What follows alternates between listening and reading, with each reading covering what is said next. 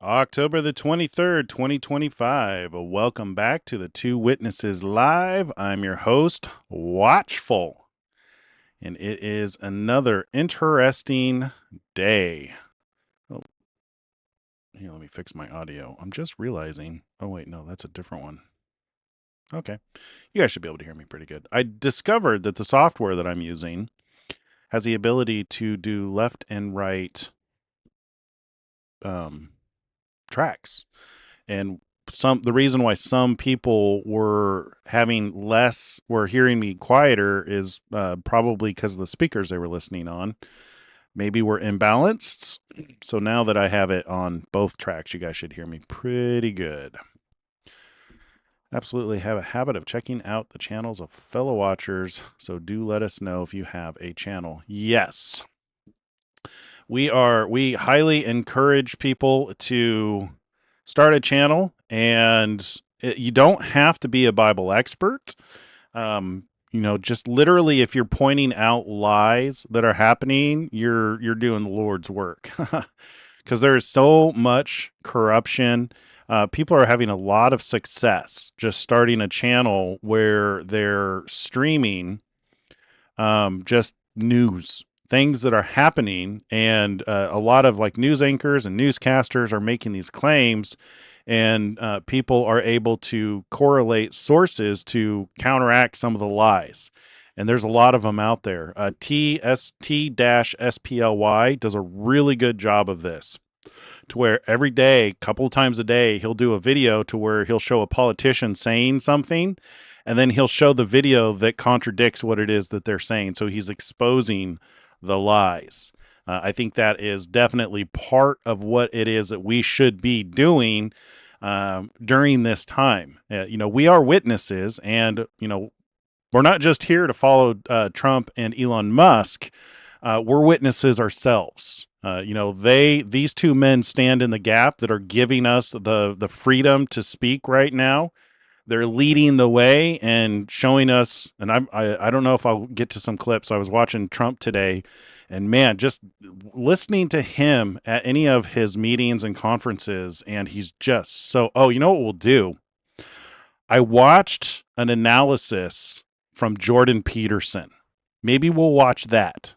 Yes. It's about 20 minutes, and he sits through and he just goes through and psychoanalyzes Donald Trump, and it is brilliant. But he's just so well trained through the years to get stuff done. It'll be enlightening for you if you haven't seen it. It was something that Jordan Peterson posted a week ago. Maybe when we're done going through the headlines, we'll do that. But without further ado, let's get into our segment on Donald Trump. All righty, let's get in here and we will give this a refresh. And there's a few things to get through today. A lot of videos that he's reposted. Skip down here to the bottom. Really good stuff. Exciting day. Almost every day is exciting. There's no lack of content. We haven't seen that yet. Teeth, bizarre. Okay, this is where we left off yesterday. This is Donald Trump. Congratulations to Eric Trump. Such a great honor to be number one. This is amazing. Jordan Peterson talks about Trump's family. Very interesting things. I'm excited for you guys to hear this. We need to do we need to start doing some like reaction videos. There's so many things. Well, you could do reaction videos. If you wanted to start a YouTube channel and just do reaction videos to stuff, to look at stuff spiritually, that'd be helpful too. But like there's really good music that I think does a good job of illustrating, that some of the demons that people wrestle with. There's a song called Hey Ren, which is really good for illustrating the demons that people wrestle with, whether it's literally a demon or mental illness. And in Ren's case, it was mental illness. He got Lyme disease early on, and it took him years and years and years to figure out how to recognize when his brain wasn't working right, and what to do when he had those episodes when he'd have those episodes. But he's an amazing artist, an amazing musician. But yeah, it'd be good to do some reaction videos to stuff like that. But today, if we have time, we'll do Jordan Peterson. We'll watch his video and react to that and comment on that. All right. I just spent some time in the Oval Office with Brad Little, the great governor of Idaho. He is doing a fantastic job and has my complete and total endorsement. Brad Little is the strong and highly popular governor of Idaho. Yeah. Yeah. Okay. Let's see. To rescue the American spirit, Teddy Roosevelt. I am rescuing the American spirit by making America the hottest country in the world. Today, Brett Baer has a great book out about another strong president, Teddy Roosevelt. Go out and get To Rescue the American Spirit, Teddy Roosevelt and the Birth of a Superpower. It is really good. One of the things I discovered by watching this video that Jordan Peterson does is why it seems like Trump has endless energy. Apparently, he gets up at 5:30 in the morning and goes to bed at midnight. The dude only works on 5 hours of sleep. Some people can do that. I tend to do better on less sleep too. I'm not 5 hours, but I'm more of like a 6.5 hour guy myself. Ask former President Barack Hussein Obama whether or not he really believes that in 2020, Joe Biden got 15 million more votes than he did in 2012. 6.9 versus 81 million. Additionally, ask him why it is that Joe Biden beat Obama in every single swing state with the black vote in 2020, even though black voters hate him. But in no other state. The 2020 election was an illegal scam hoax that the people of our great country will never forget. Yeah, if you're in Idaho, make sure you vote for who he recommends. Let's see. Many people, as they get older, need less sleep. Is that why I woke up in the middle of the night last night? My body's telling me, get up, go do stuff. Oh, this is sad. 14 people were shot over the weekend in Chicago. 4 were dead. What does this failed Governor Pritzker and the equally pathetic mayor say now? Bring in the federal government and bring them in now. My understanding is there's some stuff in the works with the Supreme Court that is about to just completely annihilate these advocate extremist judges that think that they have the power and authority to overrule the president of the United States. I just can't help but thinking that this is what it means when it talks about. Let's go look at this here. When it's talking about the 2 witnesses, when it says fire proceeds from their mouth and devours their enemies.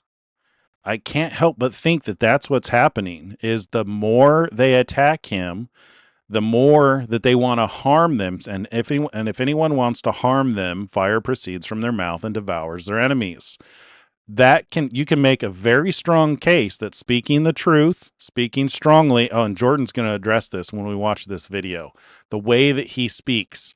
Yeah, and even his humor is very indicative of things. It's a non-spiritual analysis. It's very much a psychoanalysis, well worth our time to watch and comment on.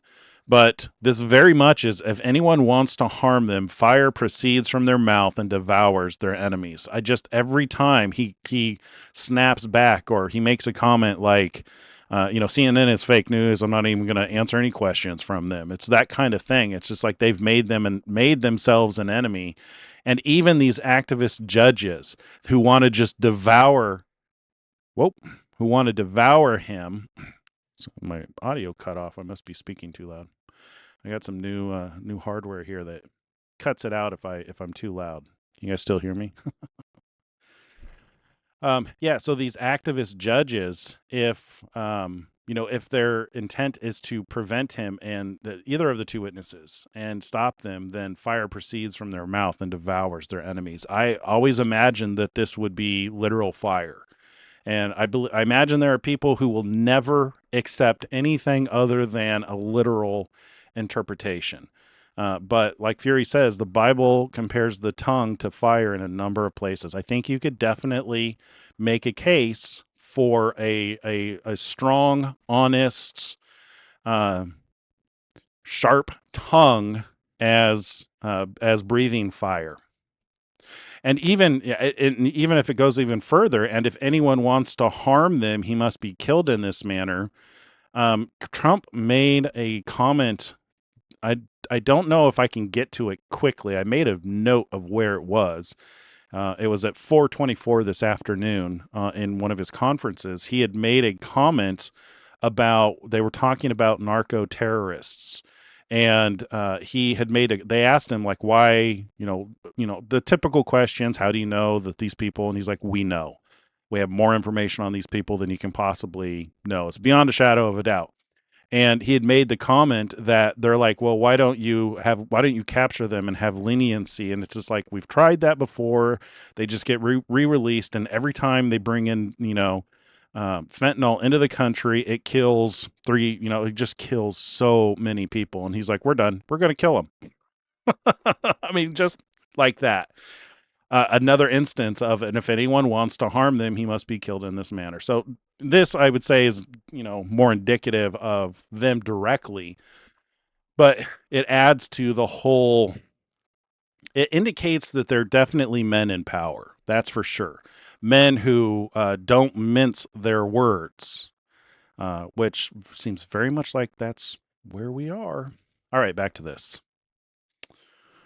All right. Yeah, so it's just terrible. Like Governor Pritzker here directly, I don't understand.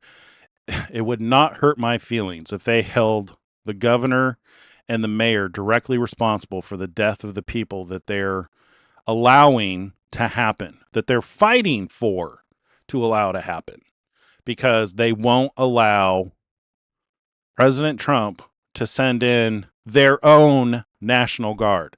Here's the thing, is the National Guard is the military of the state, as I understand it. I could be wrong. But as I understand it, the National Guard, each state has their own National Guard. Pritzker could deploy the National Guard himself, I believe. So they could just bring in the National Guard to help take care of the violence, but they're refusing to do it. So President Trump, who's responsible for the country and for the welfare of the people in the country, is offering to do it for him, to take the blame, to take the responsibility. And they're fighting him at every turn. Amazing. All right, let's move on. What about just upgrading? I like this guy, Sean. This is an iconic building. Josh. Mono, I will just say this. I made this point yesterday, that I hear all of a sudden from my liberal friends that they're very concerned about our history. Really, these are the same people who tore down every statue they could get their hands on in the last 4 years. Christopher Columbus, Thomas Jefferson, Theodore Roosevelt. They didn't have any concern for history then. Now all of a sudden, like, oh, the facade of the East Wing is iconic. Oh, give me a break. I mean, give me a break. Yeah. Such a facade. Beautiful Chaos. You have this comment here. So I'm curious, if Elon and Trump are potential two witnesses, how would the president of the United States body be left for 3 days on the ground? Only if the U.S. ceased to exist would this be possible. I am of that opinion. Everything that we're seeing is there's a transition happening in the world. And Donald Trump is fighting that transition in the United States. We see it happening in the UK. We see it happening in all the countries. Islam is taking over. It's infiltrating. I believe there's a direct correlation with the imagery in regards to the end time with Islam. And I actually have a thought about that I've been a little reluctant to speak because it's a scary thought. Maybe we'll talk about it. But it seems as though Donald Trump is standing in the gap for this 3-year period of time so that the Church of Philadelphia, the Church of Brotherly Love, which is told that it would be kept from the trials coming on the whole world, I believe that he is facilitating that situation for Philadelphia, and possibly Smyrna. Smyrna is the church under crushing pressure. I see Smyrna, watching this series on the religion business.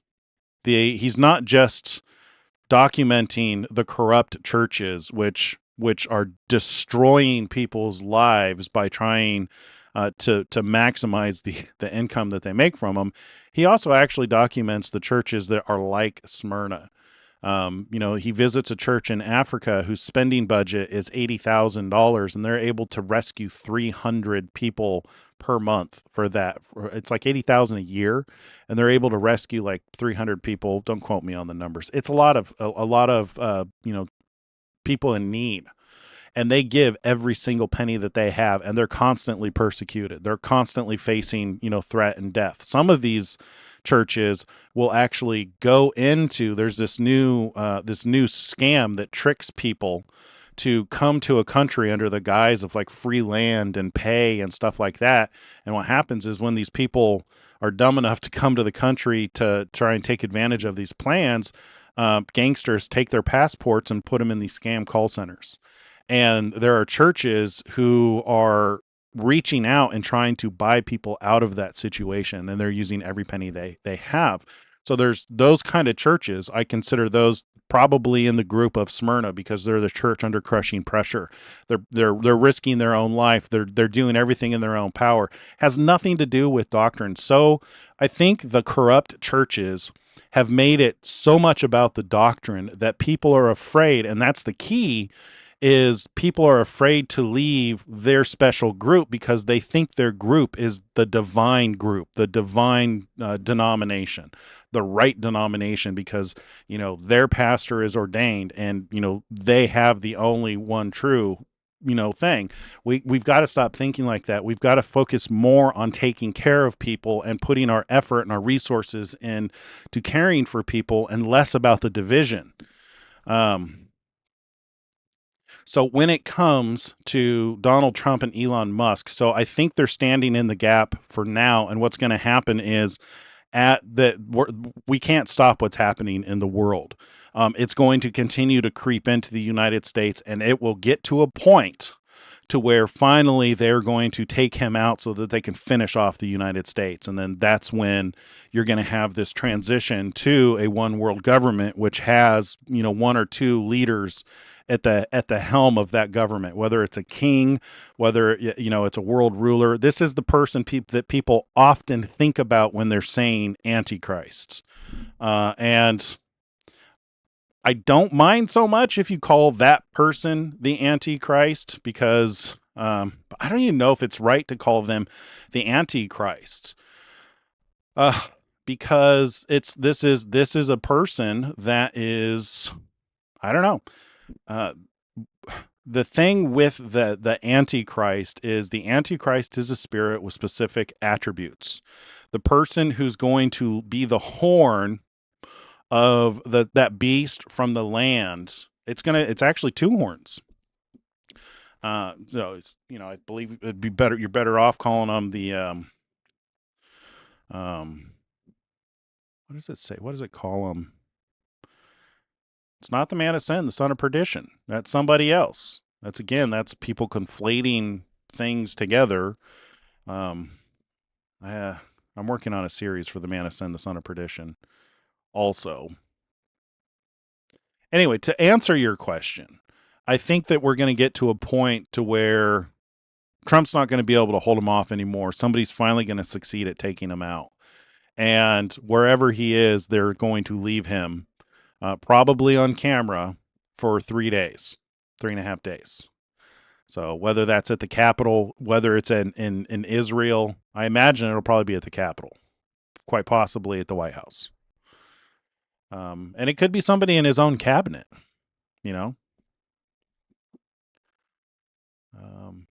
something I struggle with is there's so much imagery in the end times, which is hidden the events, that as we discover the meaning of things, it really calls into question, the other imagery which is used, like fire from the mouth.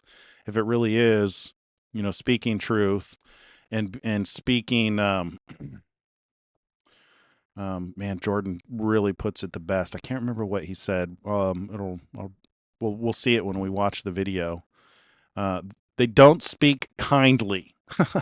They speak the truth, which is a common trait with comedians. Is if it's offensive, they tend to speak whatever comes to their mind, regardless of if it's offensive or the truth.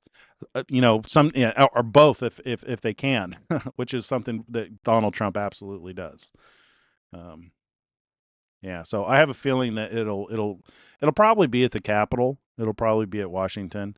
I'm imagining that things are going to get to the point to where somebody, I can't imagine that our democracy is going to survive past this administration. I'm imagining that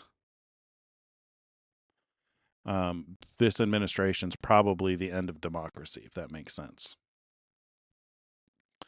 Did I answer the question? We should really continue. How do I unpin this comment? I have a new chat system I'm trying to figure out.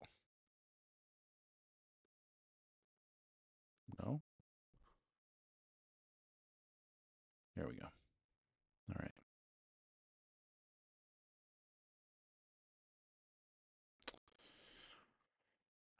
Okay, let's continue on. We actually have quite a bit to get through. Senator Josh Hawley dismantled CNN's narrative about President Trump's White House renovation during a live interview when reporter Manu Raju asks, "What about just uprooting the this is an iconic building?" ? Hawley exposes their fake outrage instantly. Yeah. This is pretty good. This is Glenn Beck.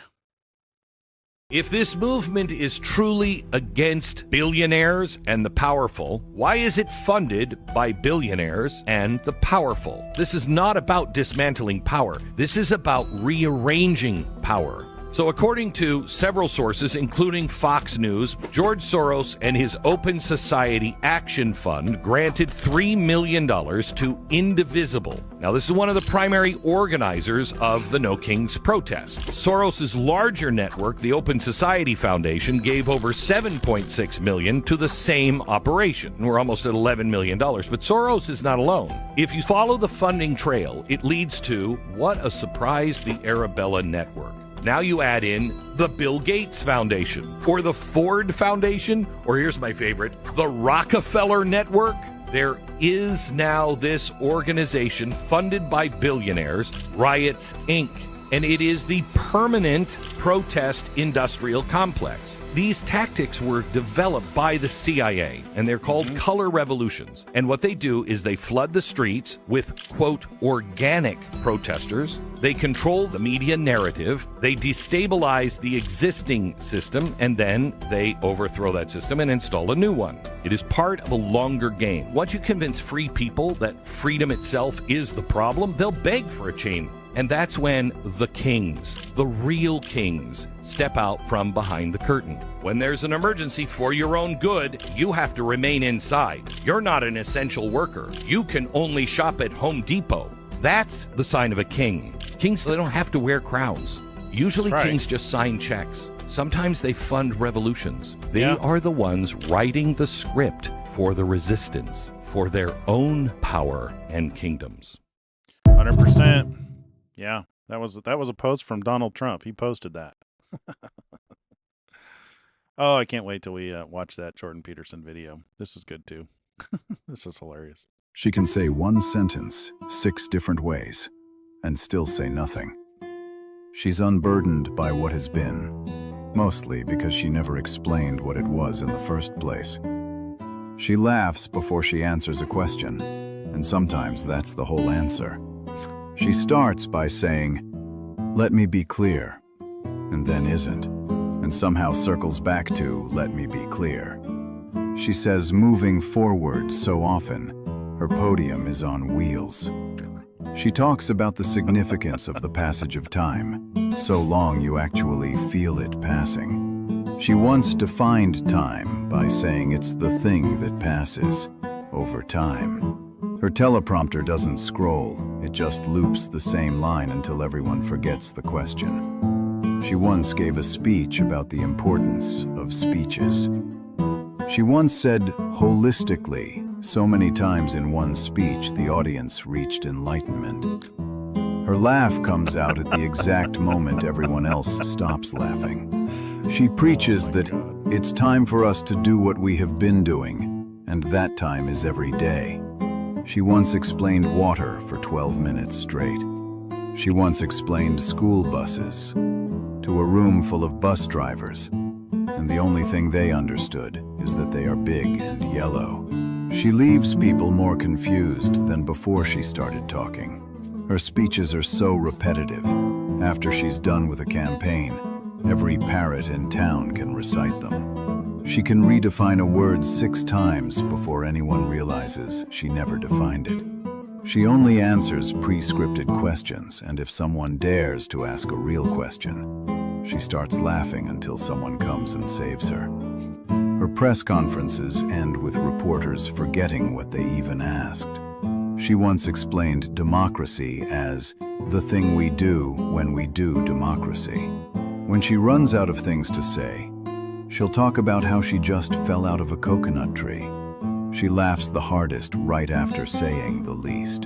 She is the most word salad woman in the world.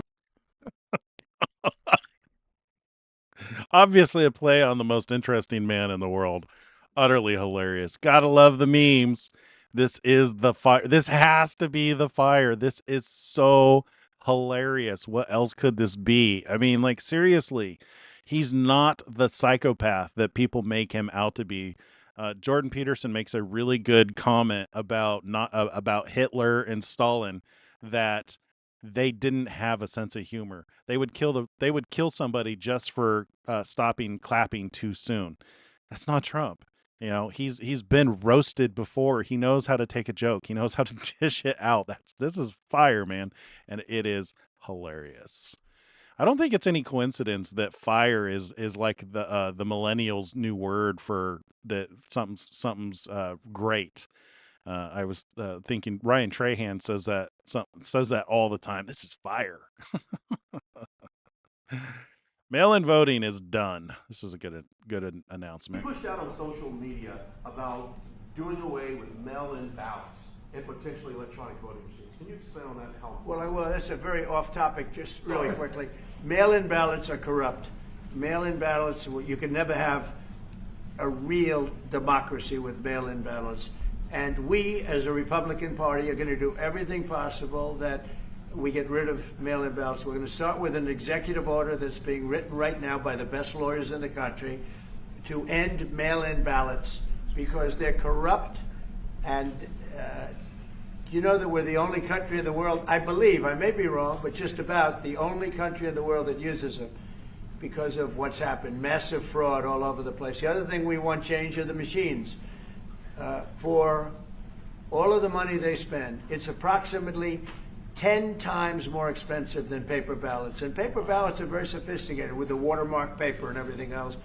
We would get secure elections. We'd get much faster results. The machines, I mean, they say we're going to have the results in 2 weeks. With paper ballots, you have the results that night. Most people, many countries use paper ballots. It's the most secure form. So between paper ballots, very, very important, paper ballots, and I think maybe even more important, the mail-in voting. We're going to end mail-in voting. It's a fraud.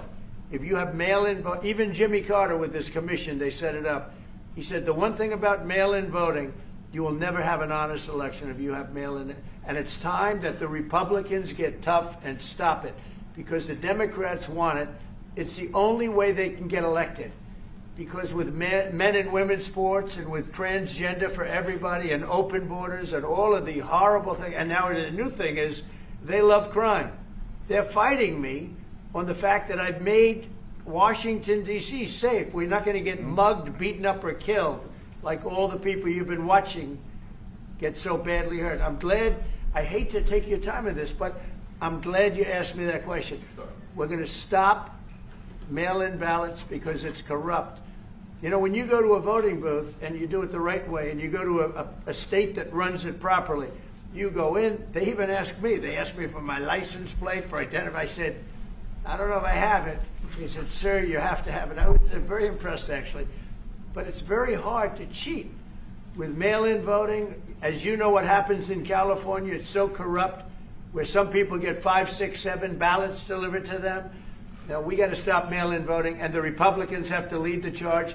The Democrats want it because they have horrible policy. If you have mail-in voting, you're not going to have many Democrats get elected. That's bigger than anything having to do with redistricting, believe me. And the Republicans have to get smart. We're not going to have a country. I said for a long time at rallies, you need borders and you need free and fair elections. Those two things, otherwise you don't have. We have strong borders now. In 90 days, Mr. President, we didn't have 1, 0, 0, and 3 months. Not one person came in illegally into our country. In fact, even I find that hard to believe, but it's run by a little bit of a liberal group that put out the numbers, so I guess it's, but 0, 0, and 0.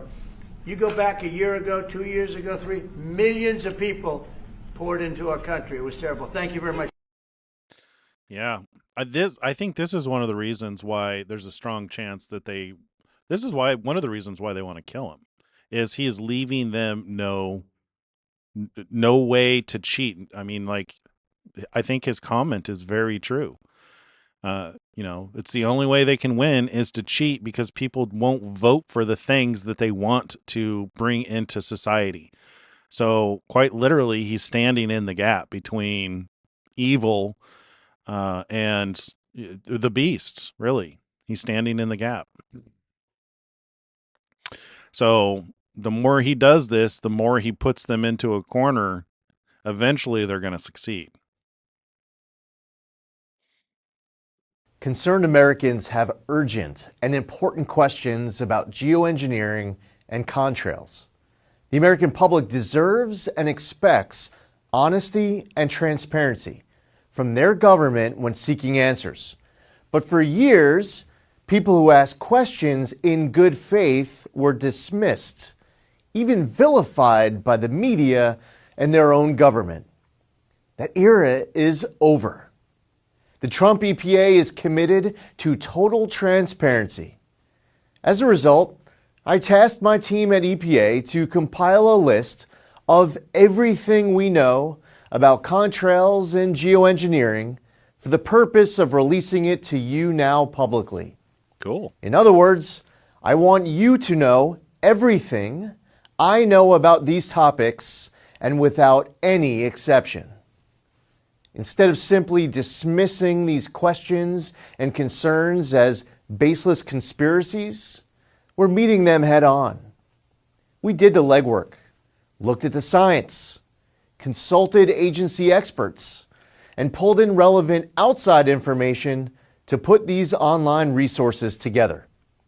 Everything we know about contrails to solar geoengineering will be in there.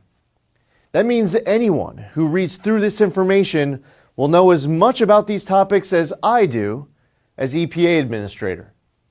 To anyone who's ever looked up to the streaks in the sky and asked, what the heck is going on?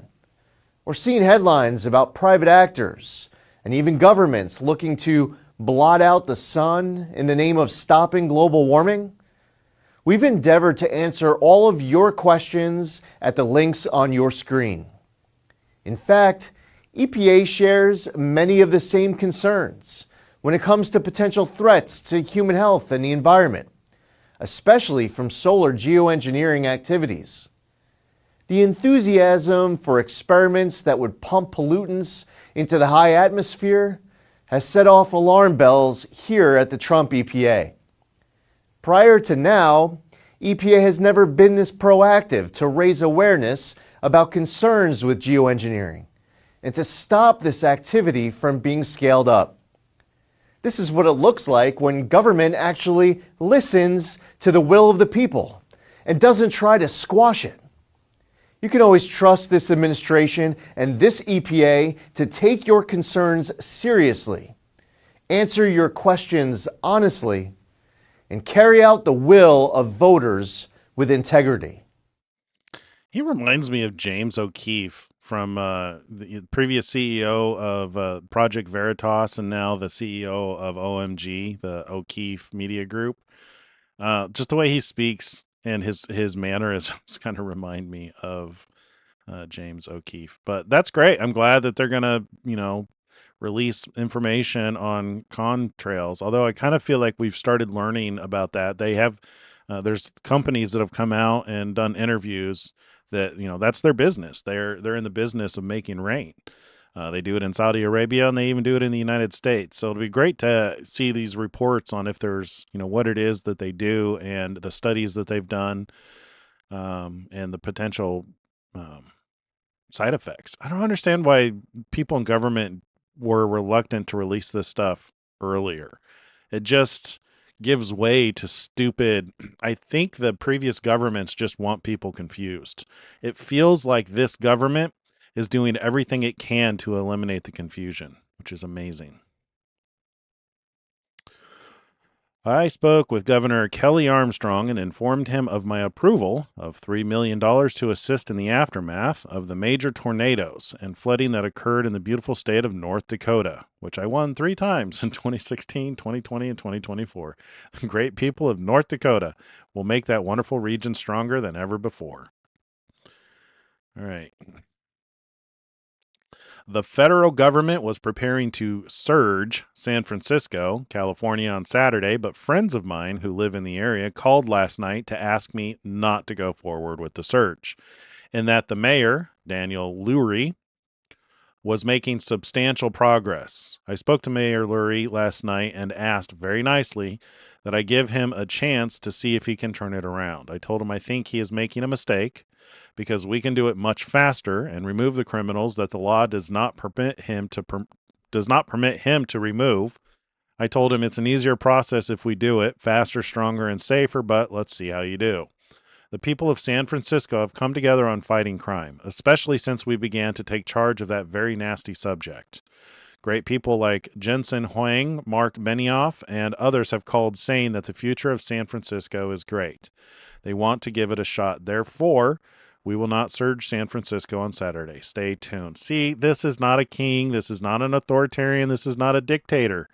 I mean, he's like, sure, let the governor take care of it. If he thinks he can, let him do it. I mean, that is pretty freaking cool. I've been to San Francisco. There was so much crap on the sidewalk that's just and I would have to walk from where I was working down to my hotel and just stepping over human poop. It was just disgusting. Of course, that was 8 years ago. That was 8 years ago. That was in 2019. Wow. Okay, cool. All right. So no surge. Trump hosts roundtable on efforts to thwart cartels, human trafficking operations, inherited a disgrace. Yeah, that's what I watched this afternoon. I don't think we're going to have time to get into that one, especially if we watch Jordan Peterson. Scoop. Trump's Memphis crime crackdown locates dozens of missing kids, removes 109 gangbangers from streets. Trump was saying during this conference today that they have found hundreds of thousands of kids, some dead, but many alive, who were used as mules, who were sold into sex slavery, who were found working in factories. People think that slavery was abolished, decades ago. It's very much alive and real today. And especially when you have illegal immigrants and undocumented people in the country, it's easier for people to take advantage. It's easier for Satan to take advantage of the situation. I can't wait until Satan is done away with. I think you all agree with me on that one. President Trump bringing government spending down. Down, down, down. Trump praises FBI. Historic number of violent criminals have been arrested. Thune. Trump warns Democrats that Republicans are united and it's time to end the shutdown. Yeah. Exclusive. Trump's DHS issues nearly $10 billion in fines to illegals, so they self-deport. 515,000 plus illegal immigrants deported, 1.6 million voluntarily self-deported, 485,000 illegal immigrants arrested. Cool. Deportation numbers hit record highs under Trump. All right. I think the Democrats have gone totally crazy, and you don't know what they're going to do because they don't care about the people. They don't. I really think they have no leadership. They have a lot of very low IQ people. Jasmine Crockett is a low IQ person. A lot of them are. I don't want to insult too many of them, but a lot of them are. They have no rudder. I don't think they know what they're doing right now. You know, they've never done this before. They always agreed to go and, you know, called an extension.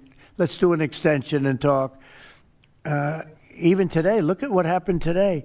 They don't want to pay the people that have worked. And, you know, this was supposed to be this was a test. And they wouldn't pay the people that have been working. They said, no, we don't want to pay them. This is all the Democrats. Now, all we need is 5 Democrats. And I know a lot of Democrats that are saying they're more than 5. Probably not that many more than 5, but they're more than 5. And all we need is like 5 Democrat votes so we open our country again. Sad, though, we have the greatest economy in our history. We have the highest stock market. All these things are rocking. We will have by the end of my first year more than $20 trillion of investment. The all-time record is $3 trillion. I think it's China. We're going to have $20 or $21 trillion. We've never had anything like it coming in because of tariffs. The money pouring into our country, the plants that are opening, AI, automobiles, everything.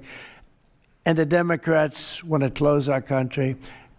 They're really, you know, they say deranged. They suffer, I guess it's Trump derangement syndrome, which I think is going down now as an official condition by the doctors. I think they get paid extra money if they handle it because it's more difficult to handle than a normal mental disease. But you know what? They really should approve an extension, get the country back to work, get the people paid.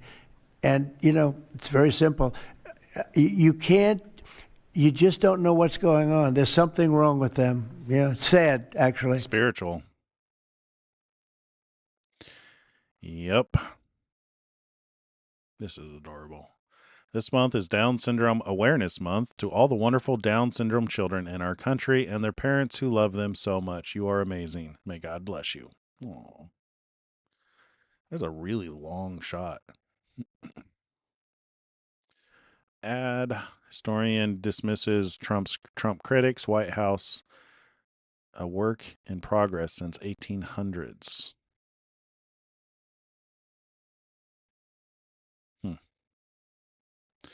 Miranda Devine, Trump treats the White House with reverence, and he's rebuilding our nation's pride with historic renovations. And that's all we got for Donald Trump. And before we move on to our next segment, do you guys have any questions before we move on to Elon Musk? Let's see.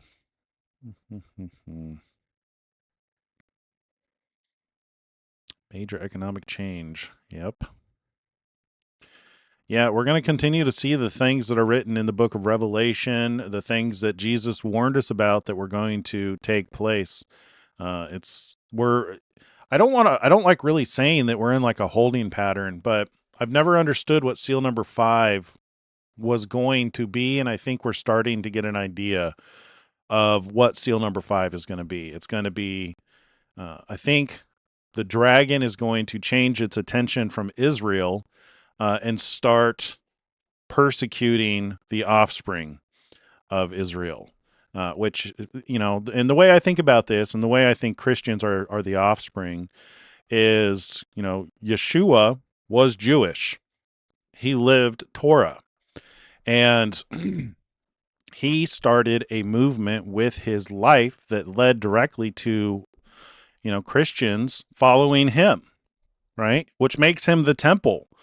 You know, he started the movement that got people mindful about his Father so that his Father could live within each and every one of us, building that temple. Matter of fact, that's exactly what Revelation 11 talks about when it says, John here, then I was given a reed like a measuring rod, and the angel stood, saying, rise and measure the temple of God, and the altar and those who worship there. But leave out the court which is outside the temple, and do not measure it.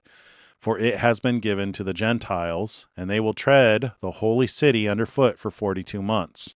And I will give power to my 2 witnesses, and they will prophesy 1,260 days. So you have this direct, and this is one of the reasons why I don't think the temple in Israel is going to be built before the 2 witnesses are killed. It may be built towards the end, but I don't think it's going to be built in, I'd say maybe the next year. I don't think it's, because some people are coming out now, even after we watched Eliyahu Berkowitz last night, who said he's just given up because he's tired of being lied to and doesn't want to give misinformation. There are some coming out now who are saying that they're being told that the ashes from the red heifer were a legit ceremony, and they can now go and purify the Temple Mount so that they can start making preparations for the temple. But here you have, then I was given a reed like a measuring rod, and the angel saying, rise and measure the temple of God. So I guess if you're not following what I'm following, if you're not, in agreement with me on the timeline on where we are, I'm of the opinion that 1 Corinthians 3:16 is true. So if we go look at 1 Corinthians 3, and then we go down here to 16, let no one deceive himself. Did I get 1 Corinthians? Is it 2 Corinthians? Maybe it's 2 Corinthians. Let's see. Let's try 2 Corinthians 3.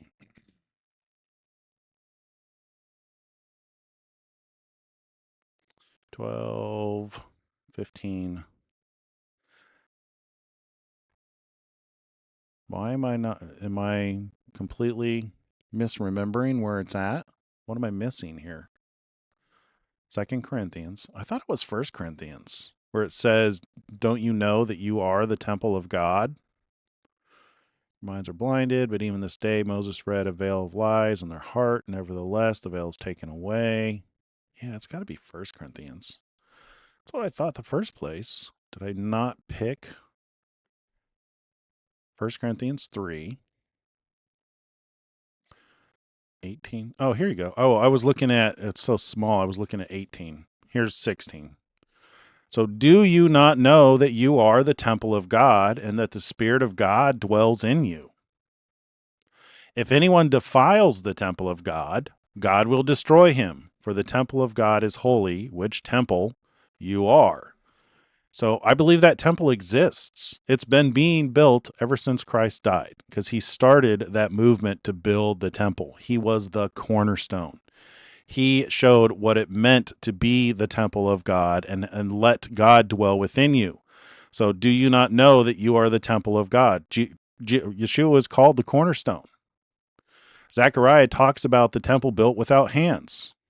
It talks about Zerubbabel building the temple and also putting the capstone on it, which is Yeshua. Yeshua started it, and I believe Yeshua is going to so he started it as the first stone, and he's going to be the last capstone as well. Do you not know that you are the temple of God, and that the Spirit of God dwells in you? If anyone defiles the temple of God, God will destroy him, for the temple of God is holy, which temple you are. That kind of makes it hard to think that this, that makes me think that then I was given a reed like a measuring rod, and the angel stood, saying, rise and measure the temple of God. That's everyone who believes, right? That's those of us who make up the temple of God, the altar, and those who worship there.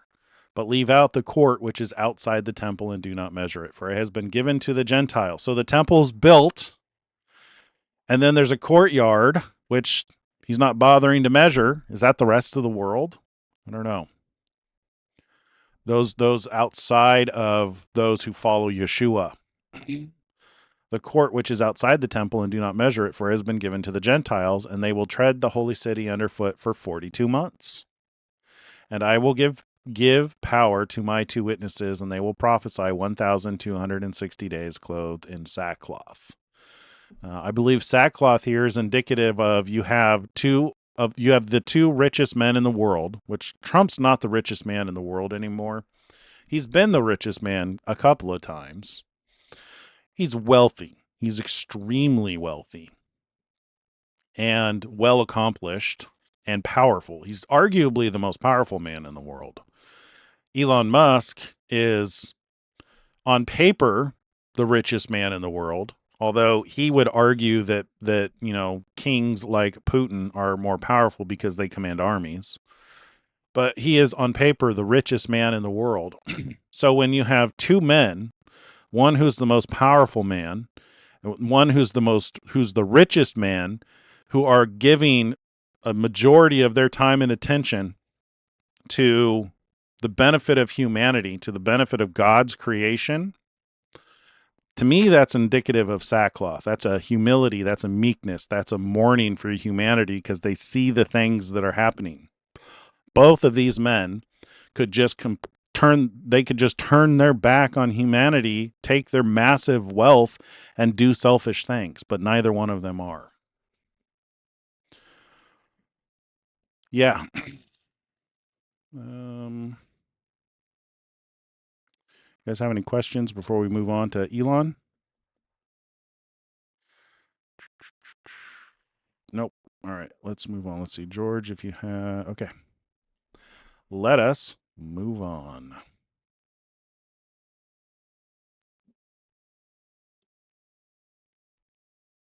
feel like I was making a point about the temple that I didn't finish. Yeah. I know that there's a lot. Yeah, so there's a point here with the temple that I'm of the opinion that we are the temple. I don't think the temple's actually going to be built. It may be built closer towards the end of the Trump administration. I know they say they can build it really fast. And I know that it's a requirement for people who believe this end time story about the Antichrists, the Hollywood version of the Antichrists. See, that story just doesn't even seem realistic to me. Like, only in the movies, and I'm thinking of like 300, the movie 300, do you see like a king or an emperor doing anything to force people to call him God. I don't see in our modern day how that would be effective. Number one, because you have all the Christians, or all those who believe this end time narrative about the Antichrist, that it's going to be a red flag to every single one of them. But those who believe that narrative are imagining this guy going into a physical temple and somehow broadcasting to the world that he is God. When I relate that to what we just talked about with us being the temple, that sounds like a doctrine to me. When you have a doctrine that you believe that a man is God, the physical equivalent of that is the story of the Antichrist that most people repeat and teach and do shows about. Modern Christianity teaches that a man is going to go into a physical temple and declare himself God, many of which don't realize that they already believe in their own temple that a man is God. They've already allowed a man to go into their temple and declare himself God in their mind. So, yeah. So I'm of the opinion that we are the temple and that the two witnesses are active right now, prophesying. And everybody feels it. Jordan Peterson mentions this, that everybody, I think he mentions it. Was it him that mentioned it? No, it was Tucker Carlson. I was watching an interview with Tucker Carlson. Everybody feels that something is different, that is a spiritual time right now. Everybody feels it. And we know that Donald Trump those of you who are MAGA, Make America Great Again, those of you who, are consider yourself a Republican, maybe not extremists, but there's a division that's taking place. You have definitely propaganda, which is causing people to lose their mind. They're getting overly emotional, and it's continuing to escalate, and people are going to start dying. And I think that now that Israel is coming to a conclusion with their conflict in Gaza, the next conflict is going to start with the Christians. I don't know what that looks like, but the timing of it says that it's seal number 5, and it's in the middle of the Trump administration. So we can start to draw some conclusions about that, what that's going to look like. They're already fighting him as much as possible, but they're failing a lot more now. I think that's part of them being given power, is they're going to be allowed to continue until the end of the Trump administration. And that aha moment, that it's pretty revealing that it's the billionaires that are funding Riot Incorporated, or whatever that website was called, Riot Inc. It's the billionaires that hate him. Isn't that interesting? I still don't know what the deal is with the Ford Foundation being a contributor to that Riot Corporation. And we read recently that the CEO of Ford was thanking Trump for putting the tariffs on mid-sized vehicles. Anyway, let's move on to our boy Elon. All right, Elon Musk.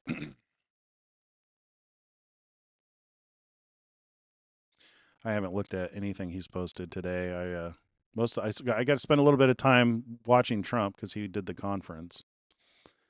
All right, so this is the pin he posted yesterday. We already read this. This is about how Grok is much better. Hardcore mode. Exceptional humans are the ultimate progress multiplier. If you are an exceptional builder with a passion for scaling winning teams, that's an ad for work. If you want to go work for X, they're hiring. Let's see. Female spies. Whoops. What did I do? I think I clicked on the image. Let's see. If she's a 10, you're an asset, 100%. Female spies are waging sex warfare to steal Silicon Valley secrets. China and Russia are sending attractive women to seduce tech workers, even marrying and having children with their targets. It's the Wild West out there, says Insider. Interesting. If she's a 10, you're an asset.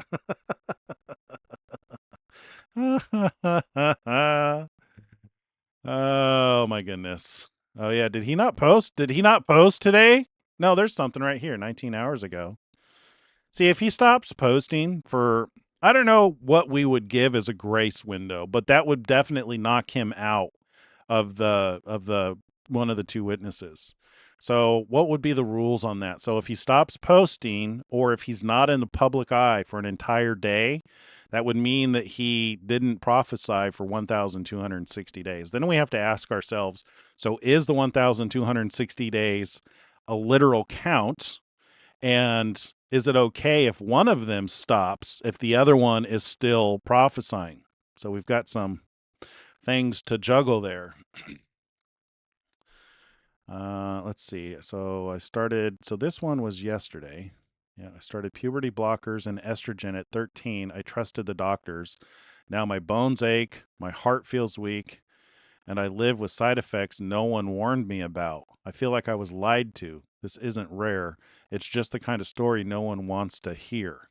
Wow. Set your permissions. All right. That's just grok stuff. This is 20 hours ago. So I guess we're within that 24-hour period. But that is a good indicator. So, I'll be honest about that if Donald Trump or Elon Musk disappear for a day, we're going to have a serious conversation about their eligibility as the two witnesses. Because there's a surprising lack of information about the two witnesses. So We're just going on what little information we have. And the one thing that seems to be clear is 1,260 days, because it's repeated multiple times in different forms. 42 months, time and a half of times. It was difficult building this revenue. Let's see, Tesla's third quarter revenue. 2014, 852 million, all the way up to 2025, 28.1 billion. Yeah.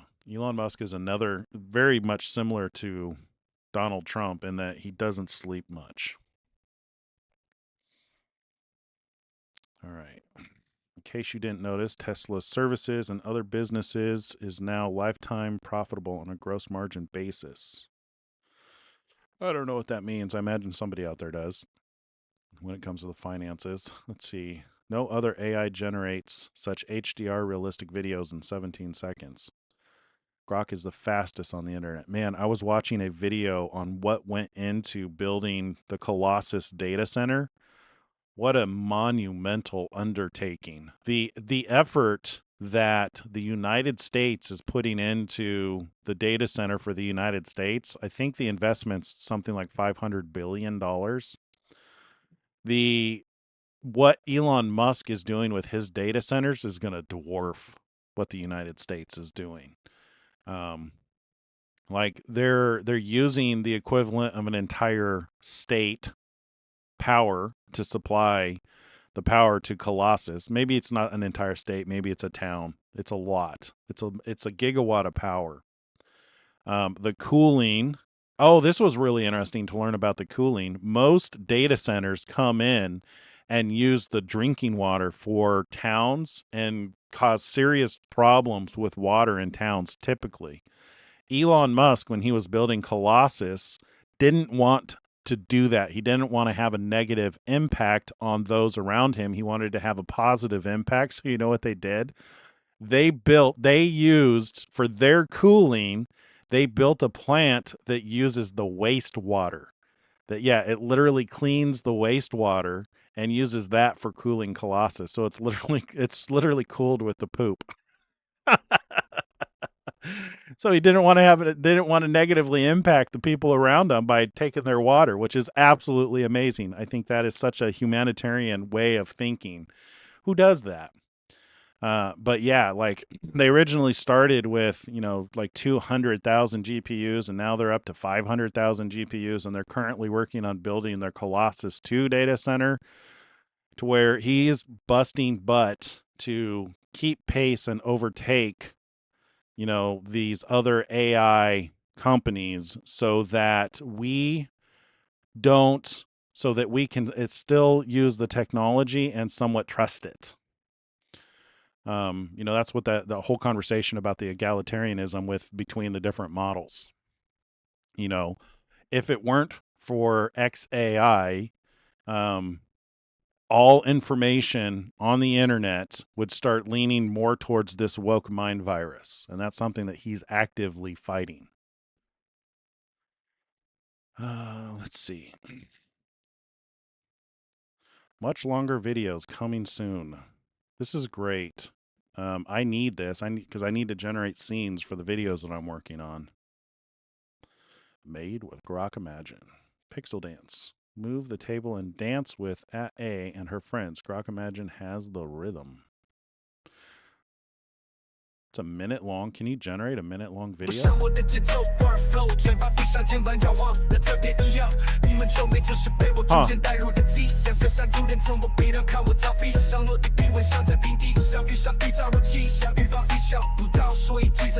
I think what happened is somebody generated a bunch of different scenes and they just put it into a music video.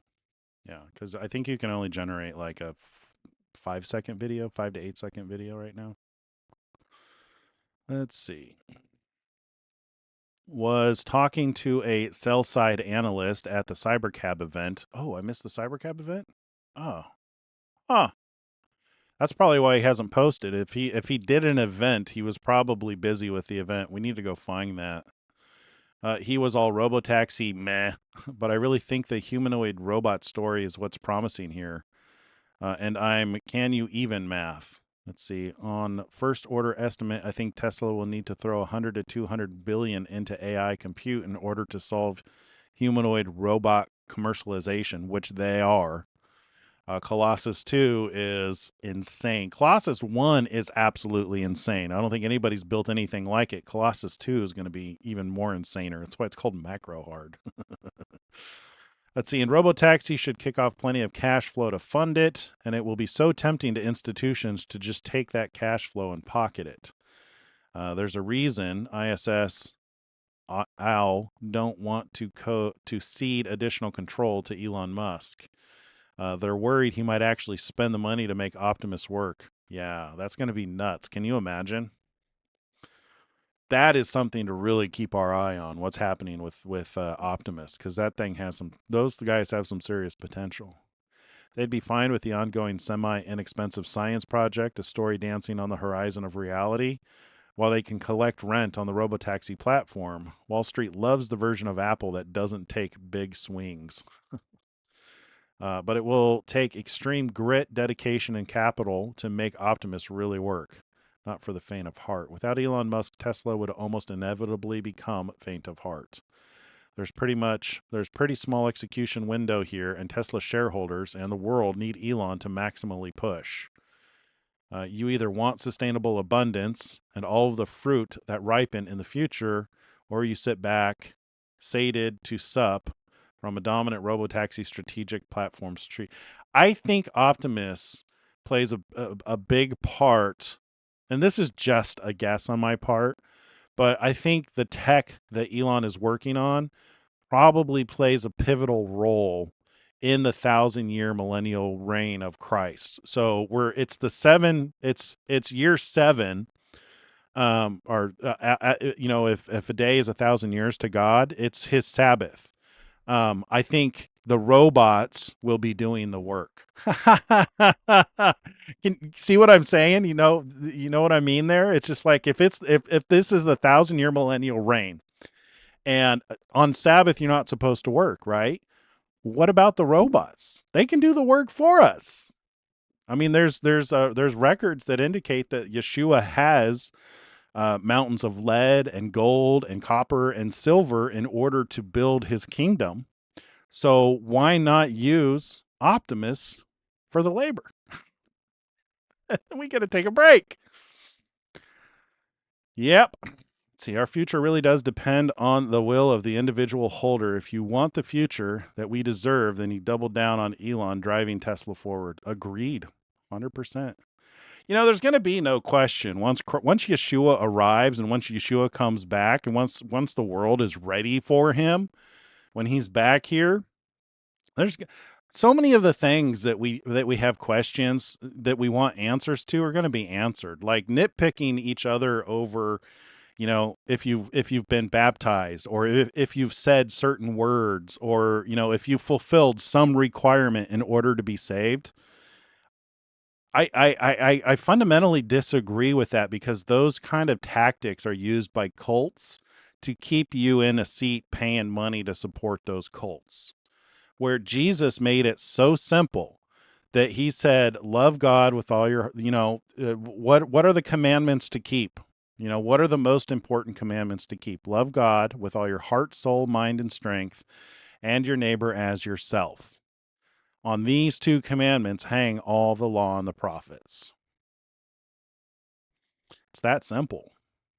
People want to overcomplicate it and put rules on, about, it's another one of the subjects, additional subjects I don't like to argue about. Baptism, once saved, always saved. People want to overcomplicate it, and often it usually has its roots in where you were raised or what you believe so deeply. One of the biggest challenges that I had is I would see people say the words, Romans 10:9 and 10, that if thou shalt confess with thy mouth the Lord Jesus, and shalt believe in thine heart that God raised him from the dead, thou shalt be saved. For with the heart man believeth unto righteousness, and with the mouth confession is made unto salvation. I would hear people make the claims, and then they would just turn out to be jerks. Their heart didn't change. They didn't live what they confessed. And I wonder if, the wine press of God's wrath isn't meant to put the pressure on these people who say they've said these words to find out what's truly in their heart. These, I think, are the trials that are coming on the whole world. Those who are in the Church of Philadelphia, who excel at just loving God and loving your neighbor, there's no need to go through the wine press. We're kept from the wrath of God. That's what the scripture says. You're not meant for the wrath of God because you don't need that wine press. You don't need that trial to see who you really are. When you live like Christ did, when you follow his example and you're a stone in the temple of God with God in your heart, then you're a light to this dark and perverse world. Yep. Let's see. I think we got off. Are we still on Elon's timeline? It looks like it. That's a really long post. All right. Let's see. Set the playback speed of the Grok video to 0.25 and watch the footwork. It is an insane showcase of Grok's insane physics. The AI model simultaneously achieves multiple levels of realism. Cool. See, Elon isn't being hyperbolic. Overwriting contracts like how Sean Duffy is doing is what exactly kills astronauts. It happened before with the Challenger disaster. I remember that. Theocall and the manufacturer of the boosters warned against launching because the O-rings were getting stiff and taking too long to respond. NASA's managers overrode Theocall's warnings because, as Administrator Duffy is doing now, they were blinded by a childish desire to launch as soon as possible. Overriding Theocall killed 7 astronauts. Overriding SpaceX endangers the Artemis III commander and pilot. POTUS must hold NASA leadership accountable. Give SpaceX their Starship HLS contract back. I have no idea what this is about, but he keeps posting about it. Seems important. And expedite the approval of Jared Isaacman to the position of administrator. Oh, this is so this is a repost from Elon. So he's agreeing with him. And this is where we left off yesterday. I remember talking about the show Idiocracy. Again, another show well worth your time. Alrighty, that concludes our segment on Elon Musk. Now, let's do a reaction video to Jordan Peterson. Do you guys have any comments before we get into Jordan? Put a Q in front of your question if you want me to read your post. I'll skim through these to see if I see anything. All right, we'll come back to chat. Let's go look at this video from Jordan Peterson. This is amazing. It's a little kind of like, you don't hear people normally talk like Jordan Peterson in this regard. It's a very high-level education. I've had to watch this several times just to really wrap my head around what he's saying, but you'll get the gist, and we'll stop and talk during the show. Let me know if you've seen this. It's really good. I suppose I have had the same problems with once and maybe again President Donald J. Trump that are shared by many. It wasn't obvious to me at all that his first shot at the leadership of the world's most powerful country was anything other than a brilliant and unorthodox marketing scheme, albeit one that succeeded beyond the wildest of imaginings. Congratulations, Mr. President. I knew him only at that point as a self-promoting, bombastic, quintessentially American-type celebrity, reminiscent in my imagination. This is who I remember. Well, not this guy. I stopped a little bit too late. That's the Donald I remember. It's just like he was a part of my life. He was, he was visible. He was a celebrity. Of Colonel Tom Parker, the morally ambivalent, although indubitably successful promoter of Elvis Presley. However, Trump made a name for himself in the difficult business of construction, where, particularly in cities such as New York and Chicago, all manner of corruption and trouble had to be managed. A challenging matter to keep the projects going on time and within budget. Anyone who's ever undertaken a renovation of any magnitude knows how badly such things can spiral out of control without diligent devotion of time and attention. For sure. He managed, while doing so, to make himself quite famous, another feat that is by no means as simple as those who have never done it might imagine. Somebody who was at the Michael Jackson concert in New York said when you were seated, you got the loudest applause. People stood up and roared and cheered. So maybe there was something to him on the diligence, attention, and negotiation front that belied his mere success as a celebrity. After that, of course, he was co-producer and host of the reality shows The Apprentice and The Celebrity Apprentice. These were highly successful and for a long time, particularly by legacy media TV standards, running more than a decade from 2004 to 2015.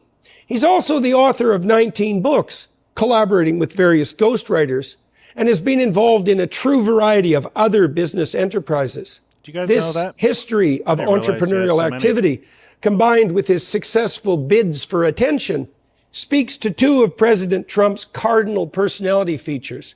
He is extremely extroverted. That is, both assertive and enthusiastic, although more particularly the former rather than the latter. And also at least relatively high in trait openness, which is the single best predictor of entrepreneurial/creative activity and prowess after general intelligence. This makes him high in the personality meta trait of plasticity, which is characterized primarily by the capacity to change, grow, and transform. Something quite evident in the case of Trump, who is a very dynamic individual indeed, particularly given his age. Many people have been set in concrete with regard to their essential being by the time they're 30, not Trump. He reinvents himself constantly and with a high degree of continual success. That can happen by chance once, perhaps twice, but if it is sustained across many decades, there is something substantive and real at work. I also followed the Donald with great amusement on Twitter during his presidential run and afterward when he was in office, before he was turfed so scandalously by the progressive good thinkers who infested the platform, and who must be commended on their arrogance, presumption, and sheer gall. The man has a devastating and underappreciated, at least by the legacy leaders of opinion, sense of humor, although it is also somewhat ruthless. I own a very comical book, The Collected Poems of Donald J. Trump, available for purchase at the Daily Wire website, by the way, which compiles his most memorable tweets and declarations from 2009 to 2019 into beautiful library edition hardback form. It is a ridiculously funny tome. I believe that deep... All right, let's stop it there and talk about it. I don't know if there's any kind of like a copyright strike. I'm not entirely sure. Since I'm brand new to these reaction kind of videos, I'm not entirely sure of the rules, so let's kind of figure that out. But so Jordan Peterson, if you've never heard him before, which I can't imagine that anybody here has never heard of Jordan Peterson. He's actually one of my candidates for one of the two witnesses. The problem is he has severe health issues that aren't immediately evident. If you want to understand his health issues, his daughter recently did a video describing a recent emergency to where they were extremely concerned about his life. He can't eat anything other than red meat and salt and coffee, period. He makes that very clear that if he deviates from that diet, it destroys his capability of working. He's incredibly educated and attacked by Satan, which so clearly doing God's work, right? But he specializes in psychoanalysis, so much so that he's actually written tests to where, I don't know if he still does it. You used to be able to go to his website and take a test to get your personality type according to his frameworks to understand yourself better. I've done these a couple of times, and they are informative. I haven't done his. I probably should. But Jordan Peterson is incredibly, incredibly smart. And he, at one point, was an atheist. So it's only in recent years that he has come to know God. And he is on a journey to know God and is very public about that journey, which is amazing. He's very outspoken about it now. So let's see. I was reading 2nd Ezra 13 last night, and it kind of reminded me of Trump. Okay. I'll see if I can find it. We can read it. But let's finish this. Let's continue. So this is great because now it's really important to pay attention to what he's talking about with Trump's humor, because just his humor alone shatters the false claims that people make about Trump being an authoritarian in such a intelligent and humorous manner. Like this tome of the Trump poems. I'm very curious about this book. I want to read it. Deeper consideration of this proclivity for the viciously funny is also useful in shedding more general light on Trump's admittedly complex personality. First, we should fairly note that dictatorial types, a category which his enemies insist he falls into, are generally not known for their sense of humor.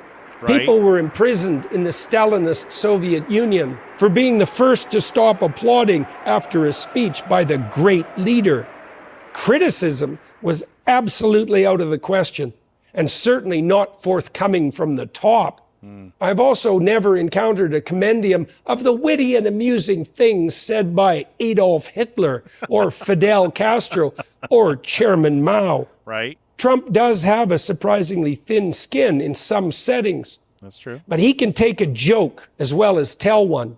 He was roasted on Comedy Central in 2011, bandied back and forth self-deprecatingly several times with David Letterman.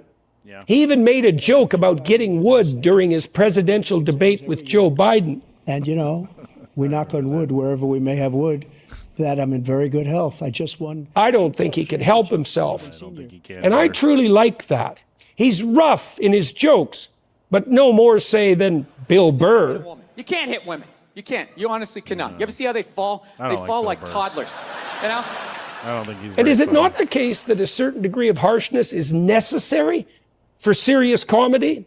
Understanding and appreciating this helps us in comprehending one of Trump's more remarkable features, his serious attractiveness to the working class. This is something particularly made evident in his ability to easily banter with soldiers and policemen, a rare trait among politicians, often made nervous by the necessity of interacting with real people with dangerous and difficult jobs. Let us not forget, as well, that the humor characteristic of working class men and women also tends toward the rough more deeply. This capacity to relate, the variability that is so often derided as an appeal to a hypothetically dangerous populism, speaks to me of the paradoxical presence in Trump's character of a substantive degree of agreeableness, the personality trait most associated with empathy for other people, and one that seriously mitigates.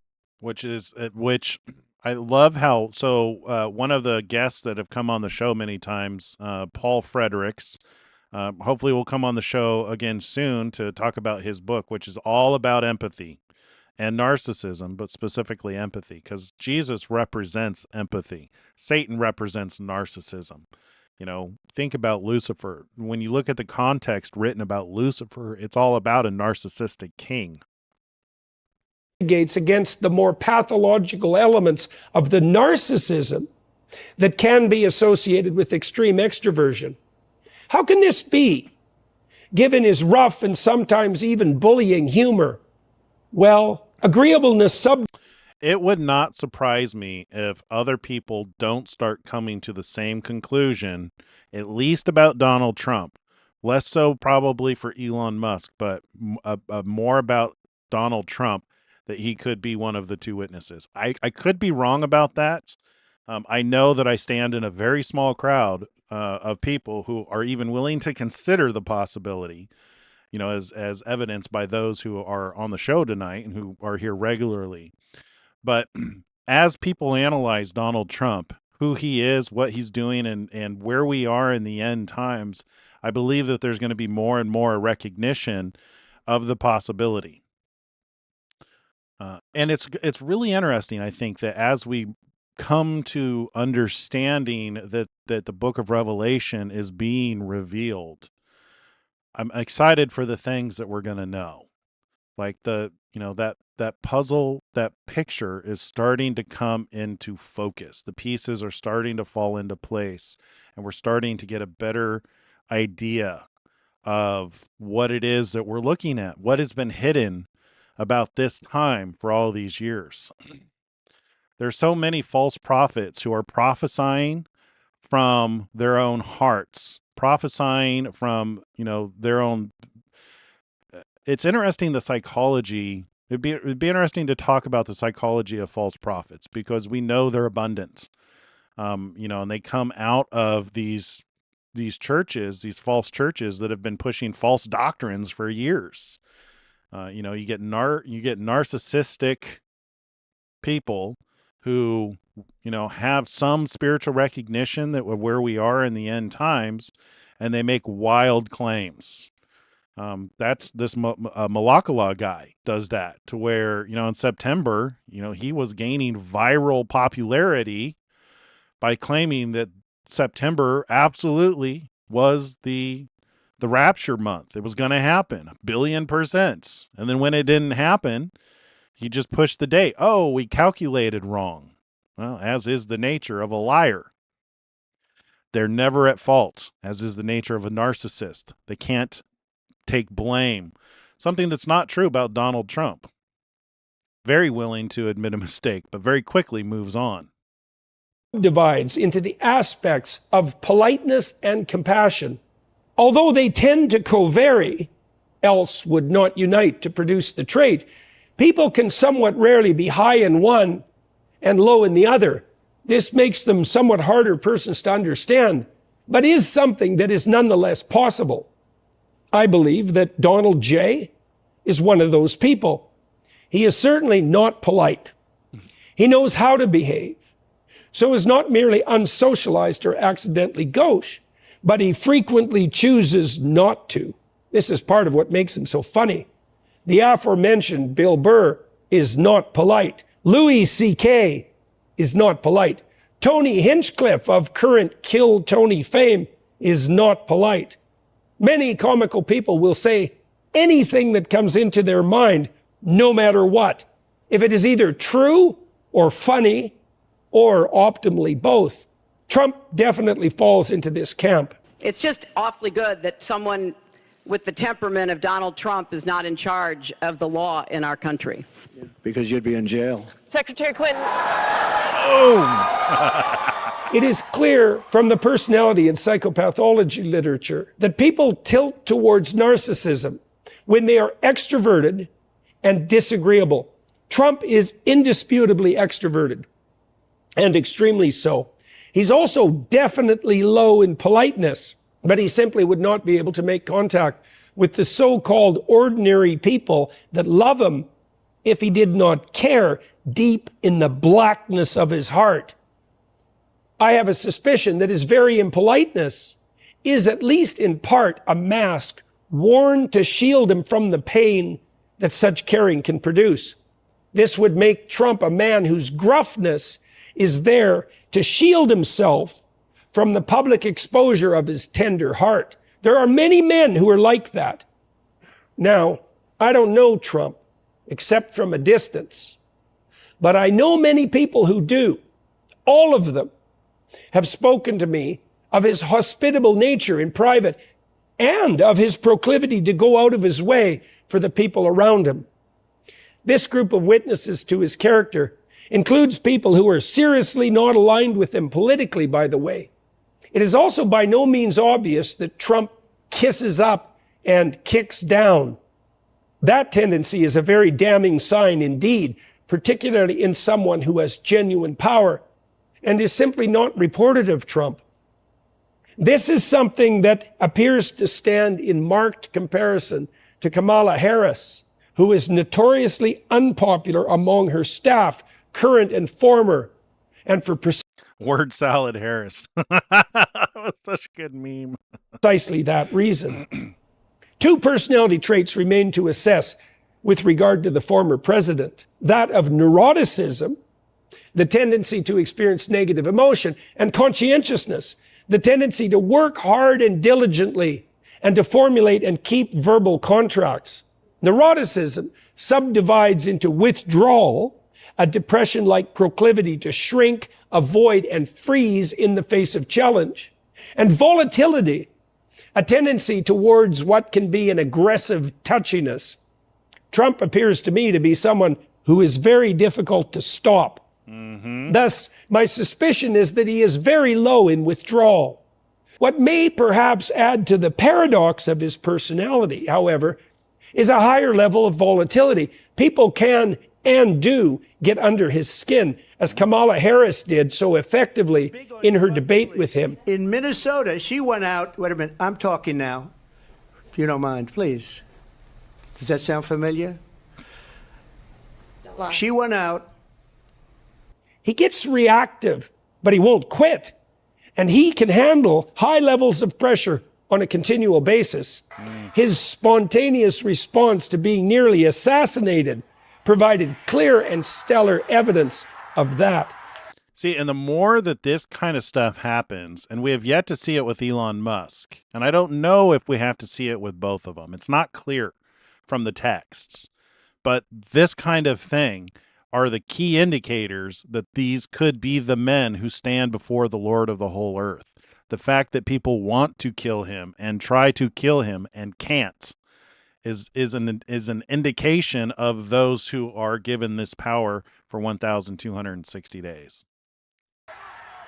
What about conscientiousness? Well, Trump famously does not drink or use recreational drugs. So he prioritizes his sobriety and alertness over the transient pleasures of substance use. I can honestly say I never had a beer in my life, okay? Right. It's one of my only good traits. I don't drink. I also cannot see how he could juggle all the activities that he has been involved in, even the ghostwriting aided production of 19 books, not a trivial accomplishment, to say the least of all his other businesses and projects, without a true work ethic. He's up at 5:30 a.m., a sign of the so-called morningness, the preference for early rather than late hours, which is associated temperamentally with both agreeableness and conscientiousness. I need to get up earlier. I get up at like 8:30 when I've had a long, hard night. Maybe I should start working that backwards. Make me more agreeable. As a spouse, a parent, or a leader, people count on you with clarity. Tend as well to be more neurotic and to display more symptoms of personality disorder. Trump seems to be active and working, as well as gathering information about the state of things from TV, until about midnight each day. That's a long day of movement. Yeah. He has a reputation for being a veritable whirlwind of activity in general, a description I find credible given his strenuous campaign schedule, high openness and extroversion, and early morning preference, all despite his relatively advanced age.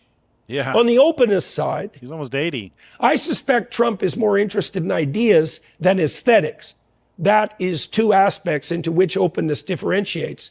He's not an intellectual, nor an artist, so I wouldn't place him in the upper echelons of the distribution of this trait. But no one average or below devotes any attention, for example, to writing books. And the number of books the typical person has written is 0. The diversity of his career is another testament to his trait openness. Trump is clearly a serial entrepreneur type. And he's also very interested in the entertainment world.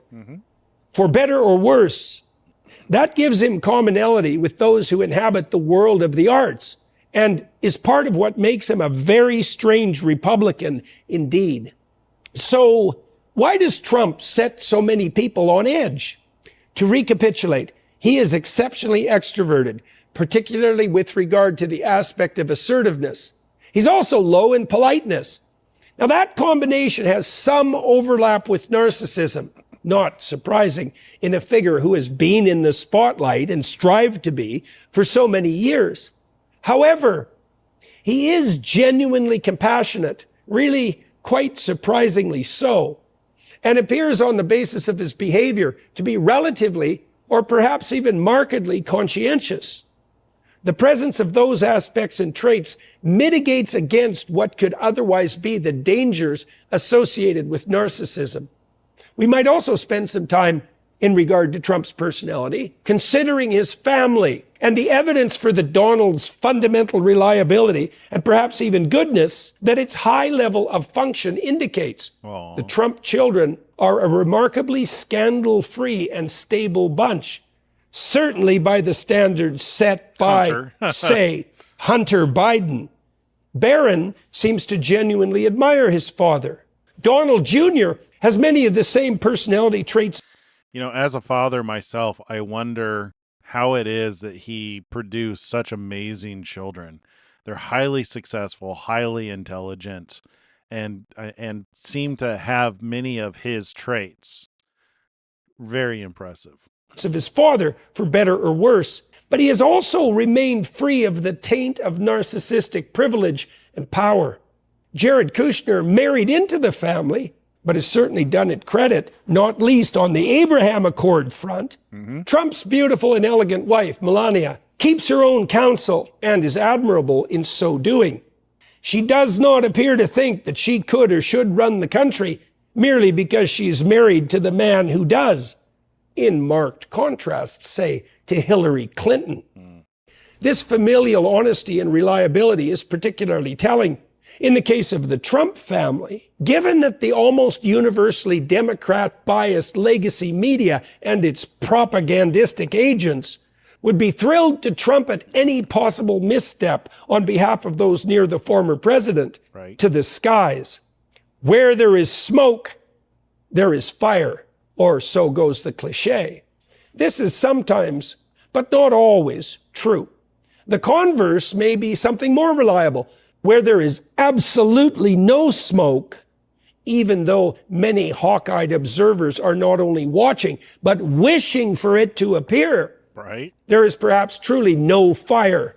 Zero scandal within the Trump family is reminiscent, for me, of the zero wars of the Trump presidency. It's something easy to take for granted, given its too easily invisible non-existence, as it's hard to be grateful for a problem you just don't have. But it is a relief, and another indication that the bombastic Donald J. has at least properly ruled his own roost.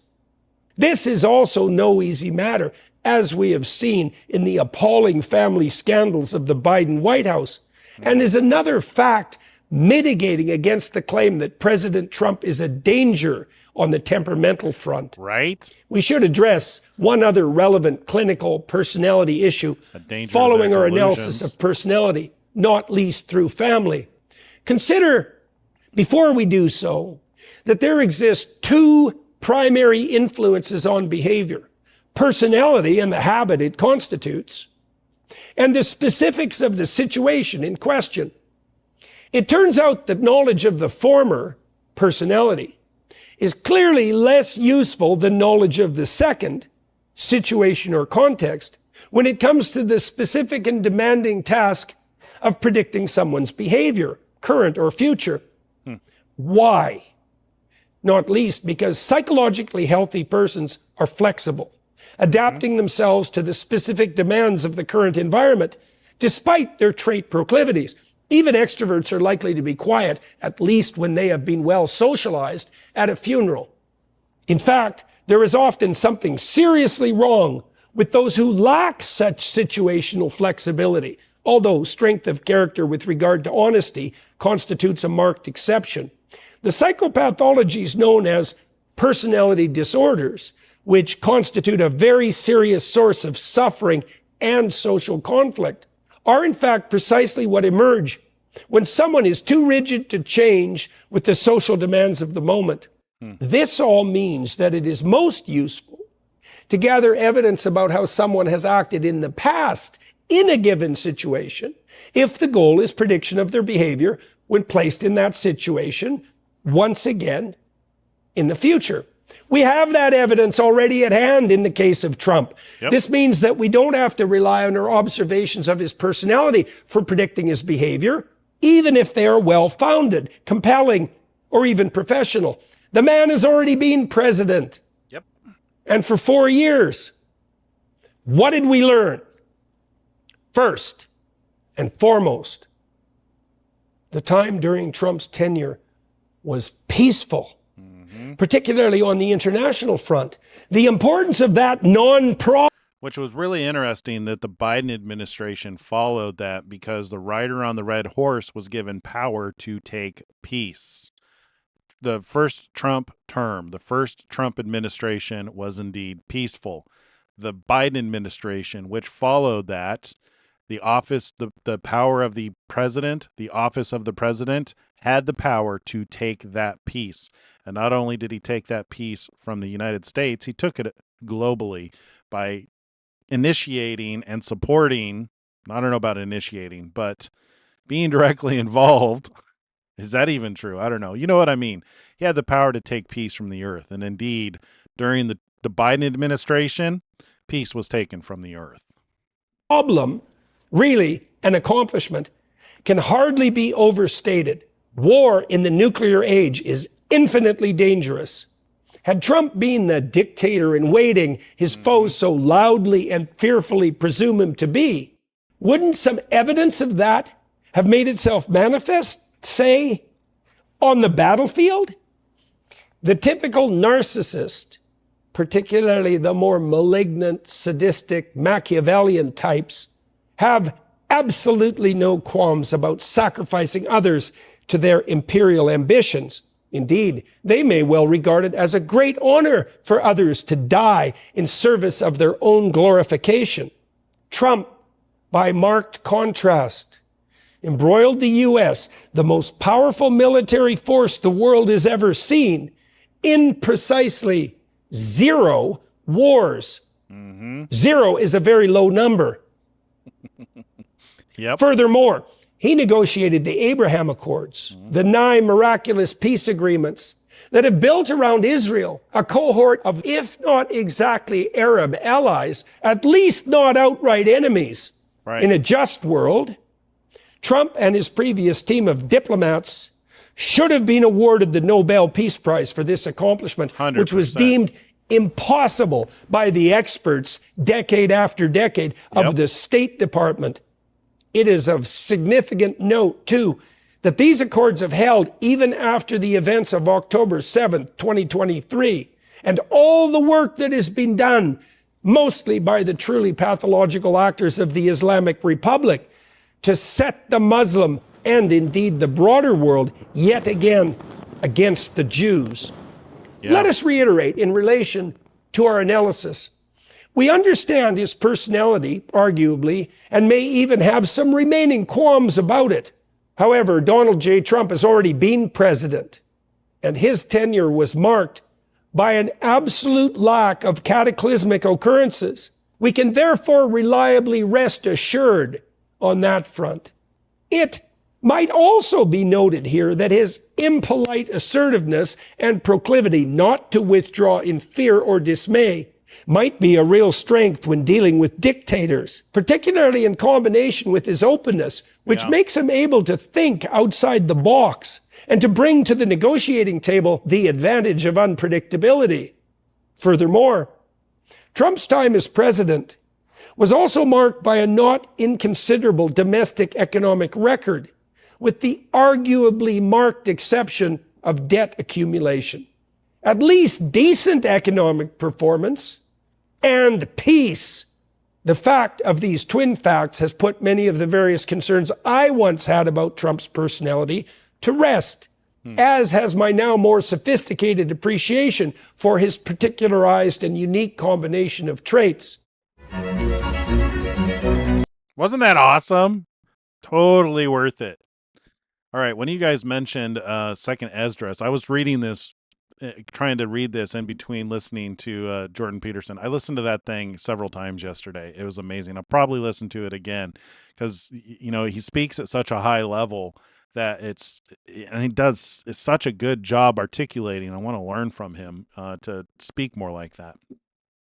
But let's go over and look at, unless you guys have something you want to talk about, let's go over and look at Second Esdras, because I think you might be right. I think this might actually be, this could be talking about Donald Trump. Let's go look at this. Here we go. And let's see. And it came to pass after 7 days, seven's always interesting when it's mentioned in Scripture. It is spiritual perfection. It also represents a cycle of a week.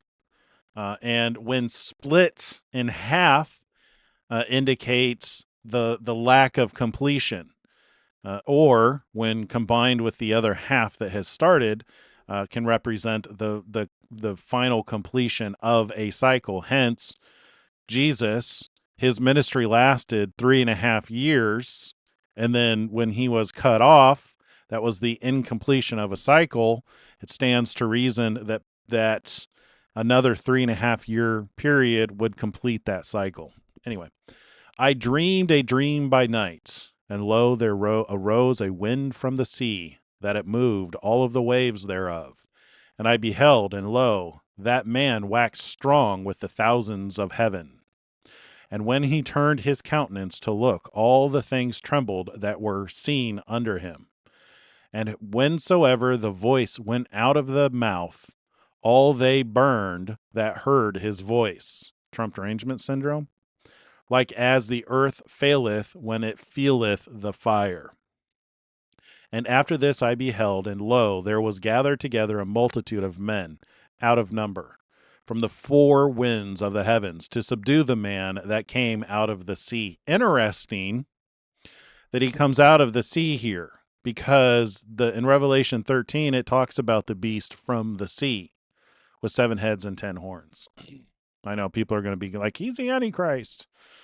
No, not Antichrist, beast, probably horn. Trump is probably the horn, the not the horn, the crown. The horn is probably the nation, right? Because are the head, 7 heads, 10 horns, 10 crowns on the horn. How's it go? The beast from the sea with 7 heads and 10. Oh, I forgot what it says. Let's go look at it. Revelation. Oh, I gotta click this. Revelation 13. And the beast rising up out of the sea, having 7 heads and 10 horns, and on his horns 10 crowns. Right. So the heads, probably nations, horns, probably leaders within those nations, and on his horns, or the horns may be positions of power, because that's what horn represents as power. And on his horns, 10 crowns. So those would be the people crowned in those positions in the nations. Does that make sense? All right. Back over here. So that's interesting. I'm going to reread that. That was in 5 here. And after this I beheld, and lo, there was gathered together a multitude of men out of number, from the 4 winds of the heavens, to subdue the man that came out of the sea. But I beheld, and lo, oh, wrong screen. Let's see. But I beheld, and lo, he had graved himself a great mountain, and flew up upon it. But I would have seen the region or place whereout the hill was graven, and I could not. And after this I beheld, and lo, all they which were gathered together to subdue him were sore afraid, and yet durst fight. And lo, as he saw the violence of the multitude that came, he neither lifted up his hand, nor held sword, nor any instrument of war. If this is talking about Trump, that's very true. But only I saw, but I mean, this could be talking about somebody else. We're just here to evaluate if maybe could be referring to Trump. But only I saw that he sent out of his mouth, and as it had been, a blast of fire, and out of his lips a flaming breath. Very Two Witness-esque. Out of his lips a flaming breath. And out of his tongue he cast out sparks and tempests. Very true of Donald Trump. Right? Causing flames. I mean, the dude pisses people off. Trump derangement syndrome is legitimately a mental illness for people who just utterly hate him. And they were all mixed together, the blast of fire, the flaming breath, and the great tempests, and fell with violence upon the multitude which was prepared to fight, and burned them up every one, so that upon a sudden of an innumerable multitude nothing was to be perceived, but only dust and smell of smoke. When I saw this, I was afraid. Afterward saw I the same man come down from the mountain, and call unto him another peaceable multitude. And there came much people unto him, whereof some were glad, some were sorry, and some of them were bound. And others some brought of them that were offered. Then I was sick through great fear, and I awakened and said, Thou hast showed thy servant these wonders from the beginning, and hast counted me worthy that thou shouldest receive my prayer. Show me now yet the interpretation of this dream. For as I conceive in mine understanding, woe unto them that shall be left in those days, and much more woe to them that are not left behind. Interesting wording. For they that were not left were in heaviness. Now understand I the things that were laid up in the latter days, which shall happen upon them and to those that are left behind. Therefore are they come into great perils and many necessities, like as these dreams declare. Like I said, this, I think, fits with seal number 5, which we're going to see an increase in great perils. Yes, it is easier for him that is in danger to come into these things than to pass away as a cloud out of the world, and not to see the things that happen in the last days. And he answered unto me and said, let's read that again. Yet it is easier for him that is in danger to come into these things than to pass away as a cloud out of the world, and not to see the things that happen in the last days. And he answered unto me and said, The interpretation of the vision shall I show thee, and I will open unto thee the thing that thou hast required. Whereas thou hast spoken of them that are left behind, this is the interpretation. He that shall endure the peril in that time hath kept himself. They that be fallen into danger are such as have works and faith toward the Almighty. Interesting. Know this, therefore, that they which be left behind are more blessed than they that be dead. Interesting. This is the meaning of the vision, whereas thou sawest a man coming up from the midst of the sea.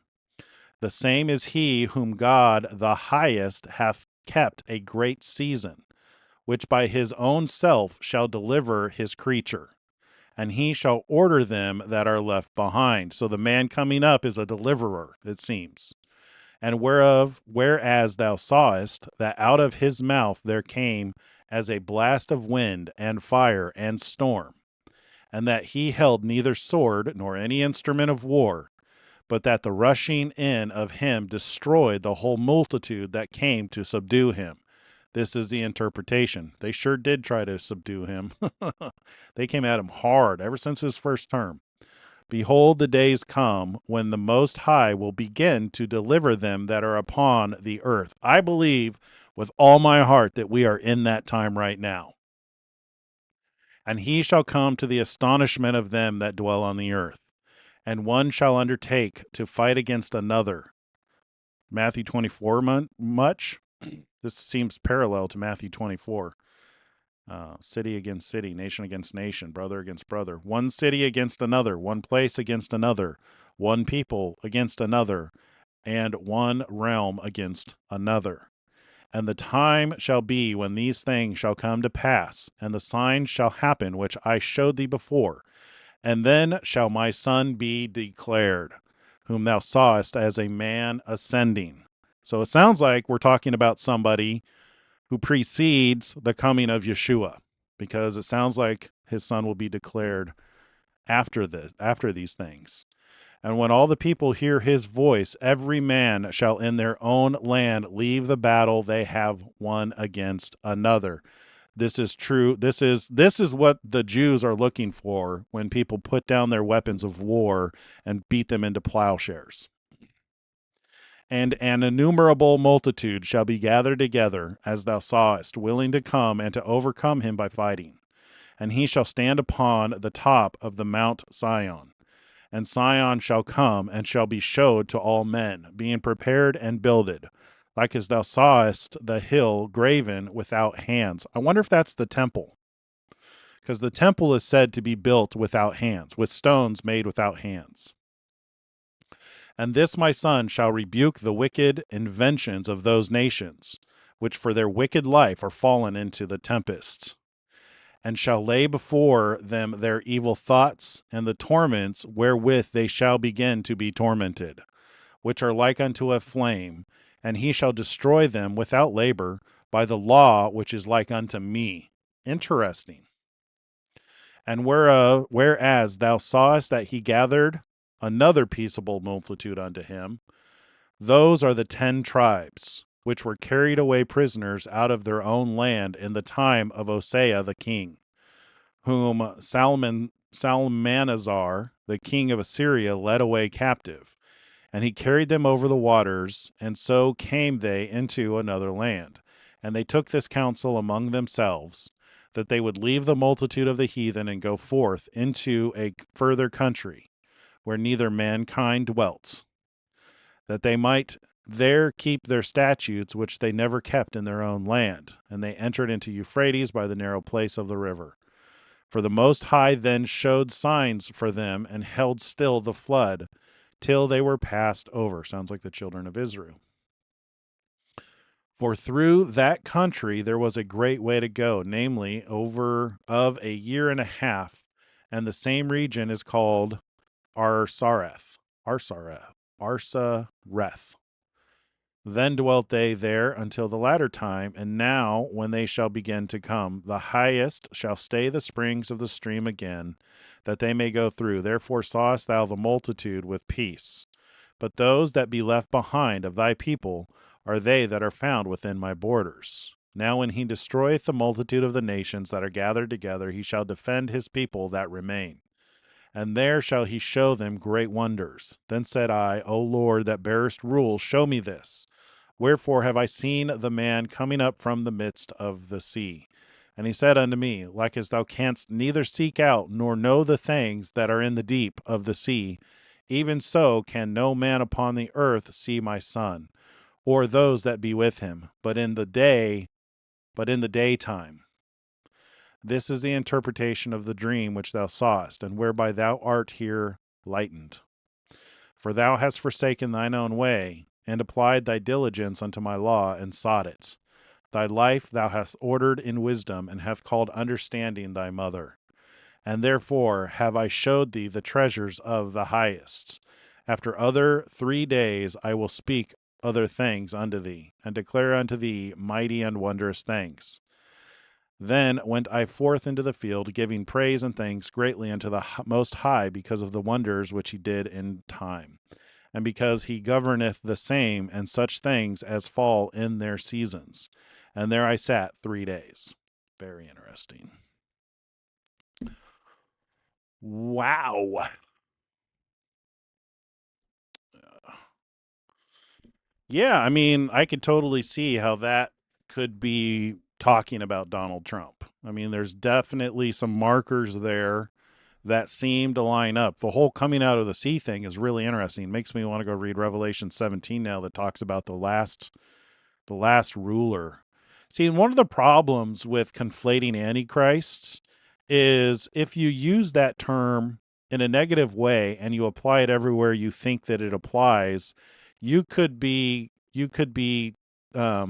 misleading and deceiving people, about somebody that you should not be afraid of. I mean, some people should be afraid of Donald Trump, but it's clear that Satan hates him. It's clear that people have the wrong idea about him. You know, many thought that he was going to be the first one to push the nuclear button and the whole world was going to explode. Instead, he brought peace and he quelled the conflicts. And he speaks with a sharp tongue and a fire from his mouth. A lot of those things seem, very comparable to him. And it seems like the result of his work reveals the Son. So very much reminded me of Donald Trump as well when I was reading it. Thank you for bringing that to my attention. I love Esdras. The book of Esdras, something I need to read more and more. Seems very applicable to the times that we're living in right now. Let's see, the people are the sea and the people voted for Trump. Yes. Good observation, George. Very good observation. Let's see, this Christ coming in the 144 man-child of the battle between the sons of light versus the sons of darkness. Yeah, where do you guys think the 144,000 fit? I'm of the opinion that the 144,000 are those who are raised among all the nations and they're spread throughout the whole earth. And I believe that they've been raised up for a time such as this. And many of them are the ones who are speaking out now. I could be wrong. That's just my sense. My gut feeling about the 144,000 are those who follow Yeshua. Because it says as much, that they follow the Lamb. It wouldn't surprise me if, those who felt activated aren't of the 144,000. And I don't think that all 144,000 probably agree. They're probably speaking from the things that they learned, which is one of the really cool things about the temple of God is, when in Ezekiel, it describes the end times temple, and it's amazing. And it makes me wonder if the body of Christ isn't that temple, to where our experiences, the things that we've lived through with life that's made us uniquely who we are, doesn't build this beautiful temple. We all see God from a different light. You know what I mean? We've learned, for those who have followed Yeshua their entire life, they've learned how to be that rock, that stone, following his example, and they hold God in their heart, and we all have different experiences. So, yeah, I think the 144,000 are probably active right now. The people, let's see, in the manuscript, it is plural thousands, not singular. Yeah, I just pulled up the first reference. I think it's even Bible Gateway. What is this? This is, oh no, this is a different website. I've never, kingjamesbibleonline.org. Huh. Yeah.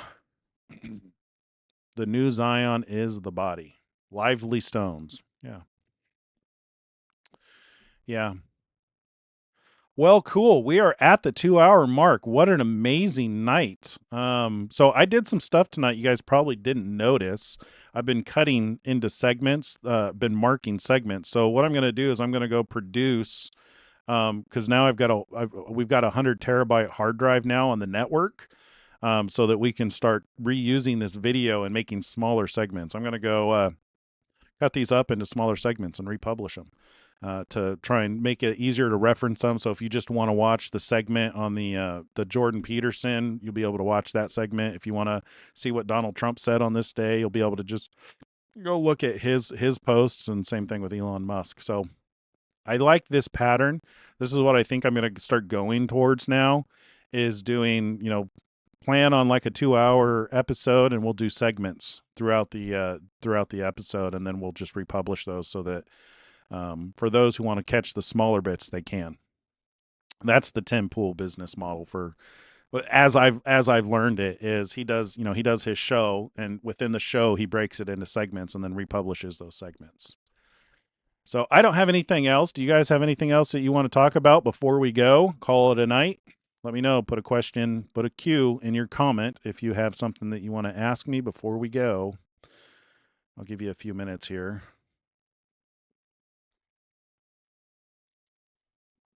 started changing the branding on all the channels. I don't know if you guys noticed that. I'm moving more towards still haven't solved the green screen thing. I learned that that's actually the camera refresh rate that does that. It's not keeping up. Working on that. Joe, how you been, brother? The woman of Revelation 12 and the two witnesses of Revelation 11 are both 1,250 days. Don't you mean 60 days? I think 60 days. And you're under the impression that the woman is a literal woman. This is where we disagree. I think in Revelation 12, the woman is the constellation Virgo, which represents Israel. Oh, that's interesting. So if the woman represents Israel and the man-child was born, and if the Christians are the offspring, maybe of the 144,000, because 144,000 are called the man-child, aren't they? Correct me if I'm wrong. So would that be what activated? Oh, I didn't look for the cues. I did. I thought I did. Maybe they didn't stand out. Here, let me scroll back. I'll look for cues. Oh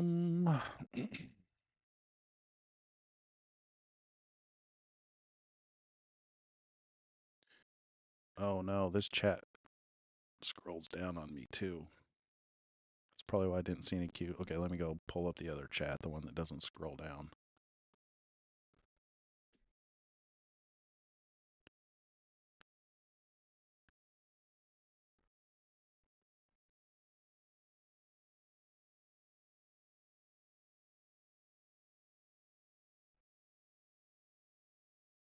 Ah.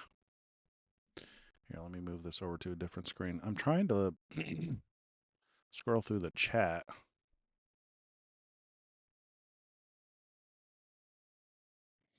See if I see any cues in here.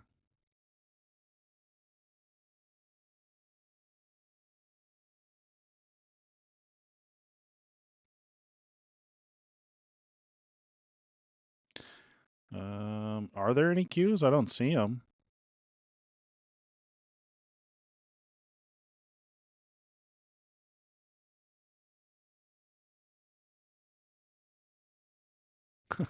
Doesn't do any good to put a cue in front of it if I don't look for it. I'm looking for it. I don't see any cues. Is it hiding them from me? Let me look again.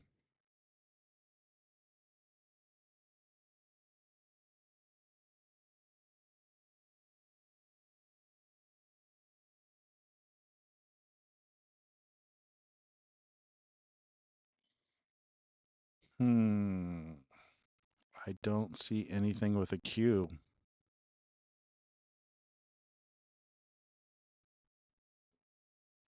We need a better system for questions. It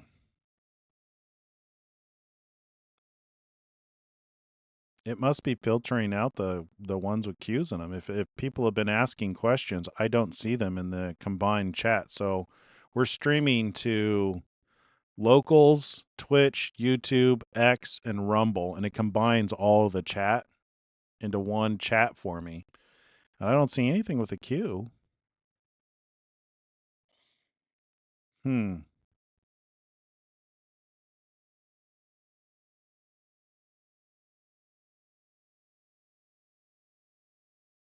Yeah, I don't see anything with a cue. It must be hiding them from me. Star Trek Q took the cues. Right? Huh.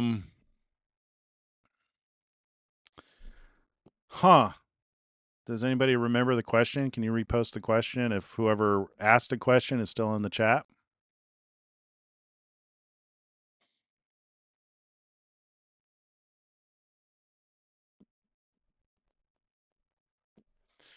So that is bizarre. Hey, let me go actually, I imagine it's probably on YouTube. Let me go over and look at YouTube's actual chat to see if maybe this combined chat is hiding stuff from me.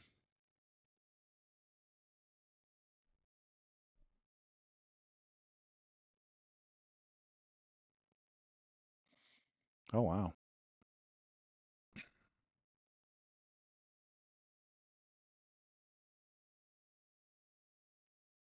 This is like the third time I've looked for cues. You better not be trolling me, Fury.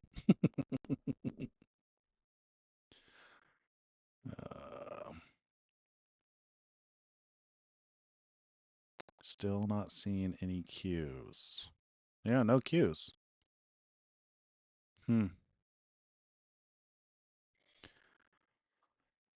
Are you just speaking in 4 times?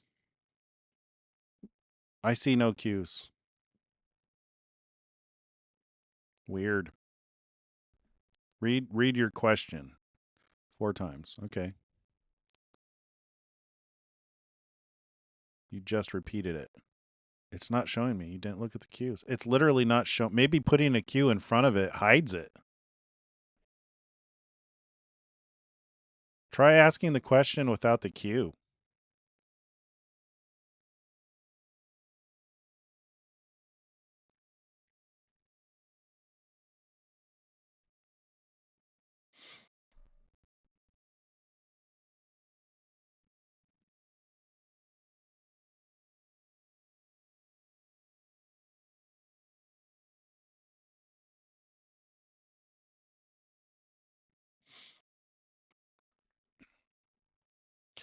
I have a feeling that putting a cue in front of your chat hides it from visibility for some reason. No idea why. I wonder if I can do something in the settings that like calls them out if you put a cue in front of it. Oh, you know what I can do? There is a feature to actually ask questions. I can't get to it from, I'd have to go into YouTube. I think there is a way to actually put questions that people can read your question. I'm looking for your question. I don't see it.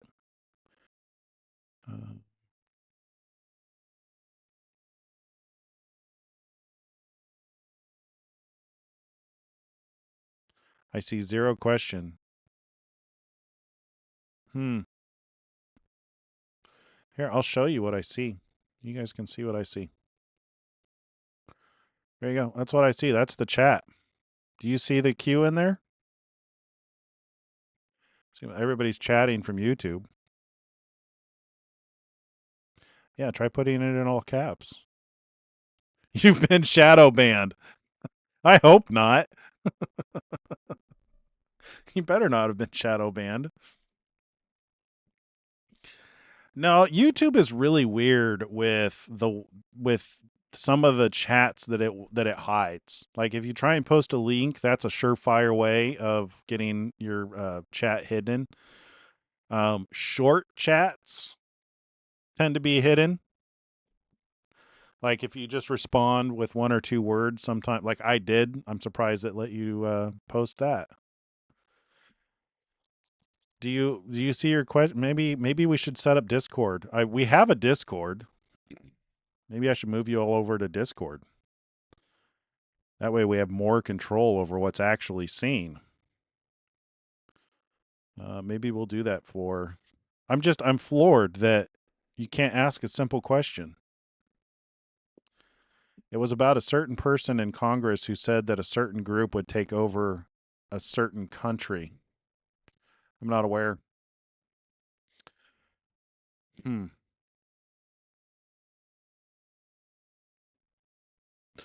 Oh, I wonder if putting the name in it got it flagged. That's why you're saying a certain person. Let me go look at the YouTube. I think there's a moderator's view. Talib Yaoub. Yeah. Oh shoot. There are names like that YouTube will outright. They might even take the video down for me saying that. I don't know if they're doing that still. That is a thing. That is very much a thing. Live chat, top chat. I don't have any I wonder if there's those moderators like chat where I can like see the stuff that's held for moderation. Moderation activity. Moderation activity will now be shown. Okay.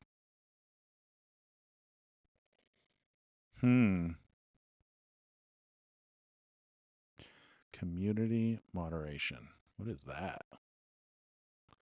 Oh. Set preferences for comments, posts, and more. Comments on new videos. Comments are turned on. Moderation is set to basic. I hate to turn that off because that filters out the spammers. Messages in your live chat. Moderation. Hold potentially inappropriate. I have holding potentially inappropriate ads turned off. This must be like a deep within YouTube thing that's happening. I believe that the woman. Yes, Joe. Should I put a banner for you, Joe, that you believe the woman of Revelation 12 will take place in the city of San Luis Obispo, California? The Badana Inn SLO will be biblical focal point. It will all take place in San Luis Obispo, California. I'm going to make a banner for you. So that when from periodically we'll put Joe believes the woman of Revelation will take place in the city of San Luis. You got to give me a date on that. Like, what are we looking for?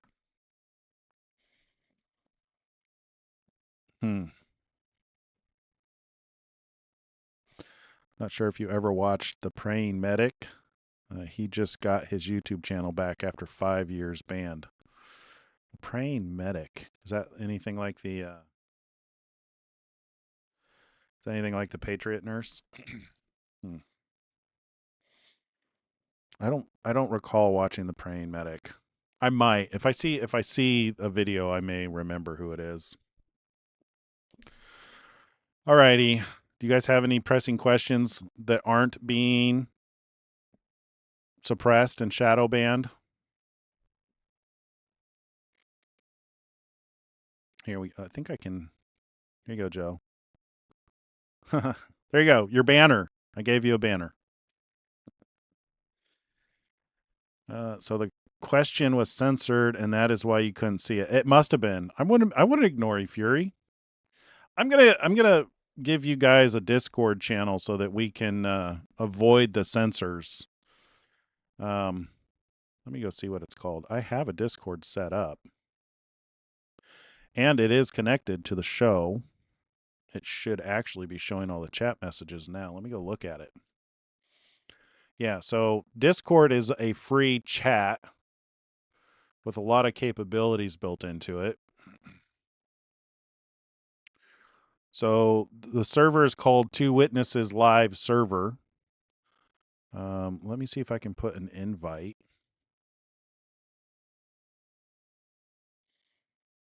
How do I invite people to the server? Invite people. Copy.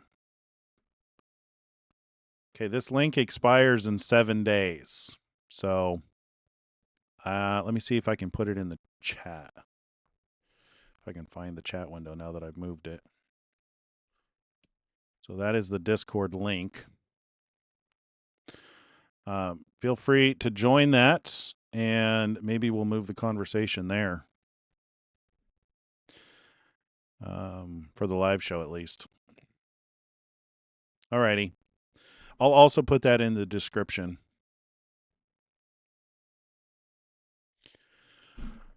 Alrighty. Well, thank you so much, everyone, for joining me tonight.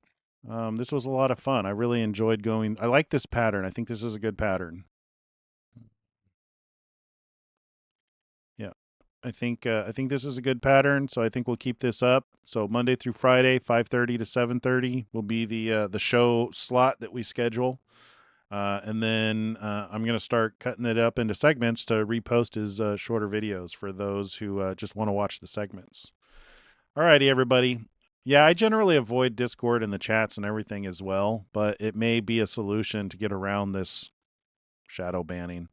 I'm not really that great at building communities, just because I'm so busy throughout the day that I'm not typically available for people to respond to.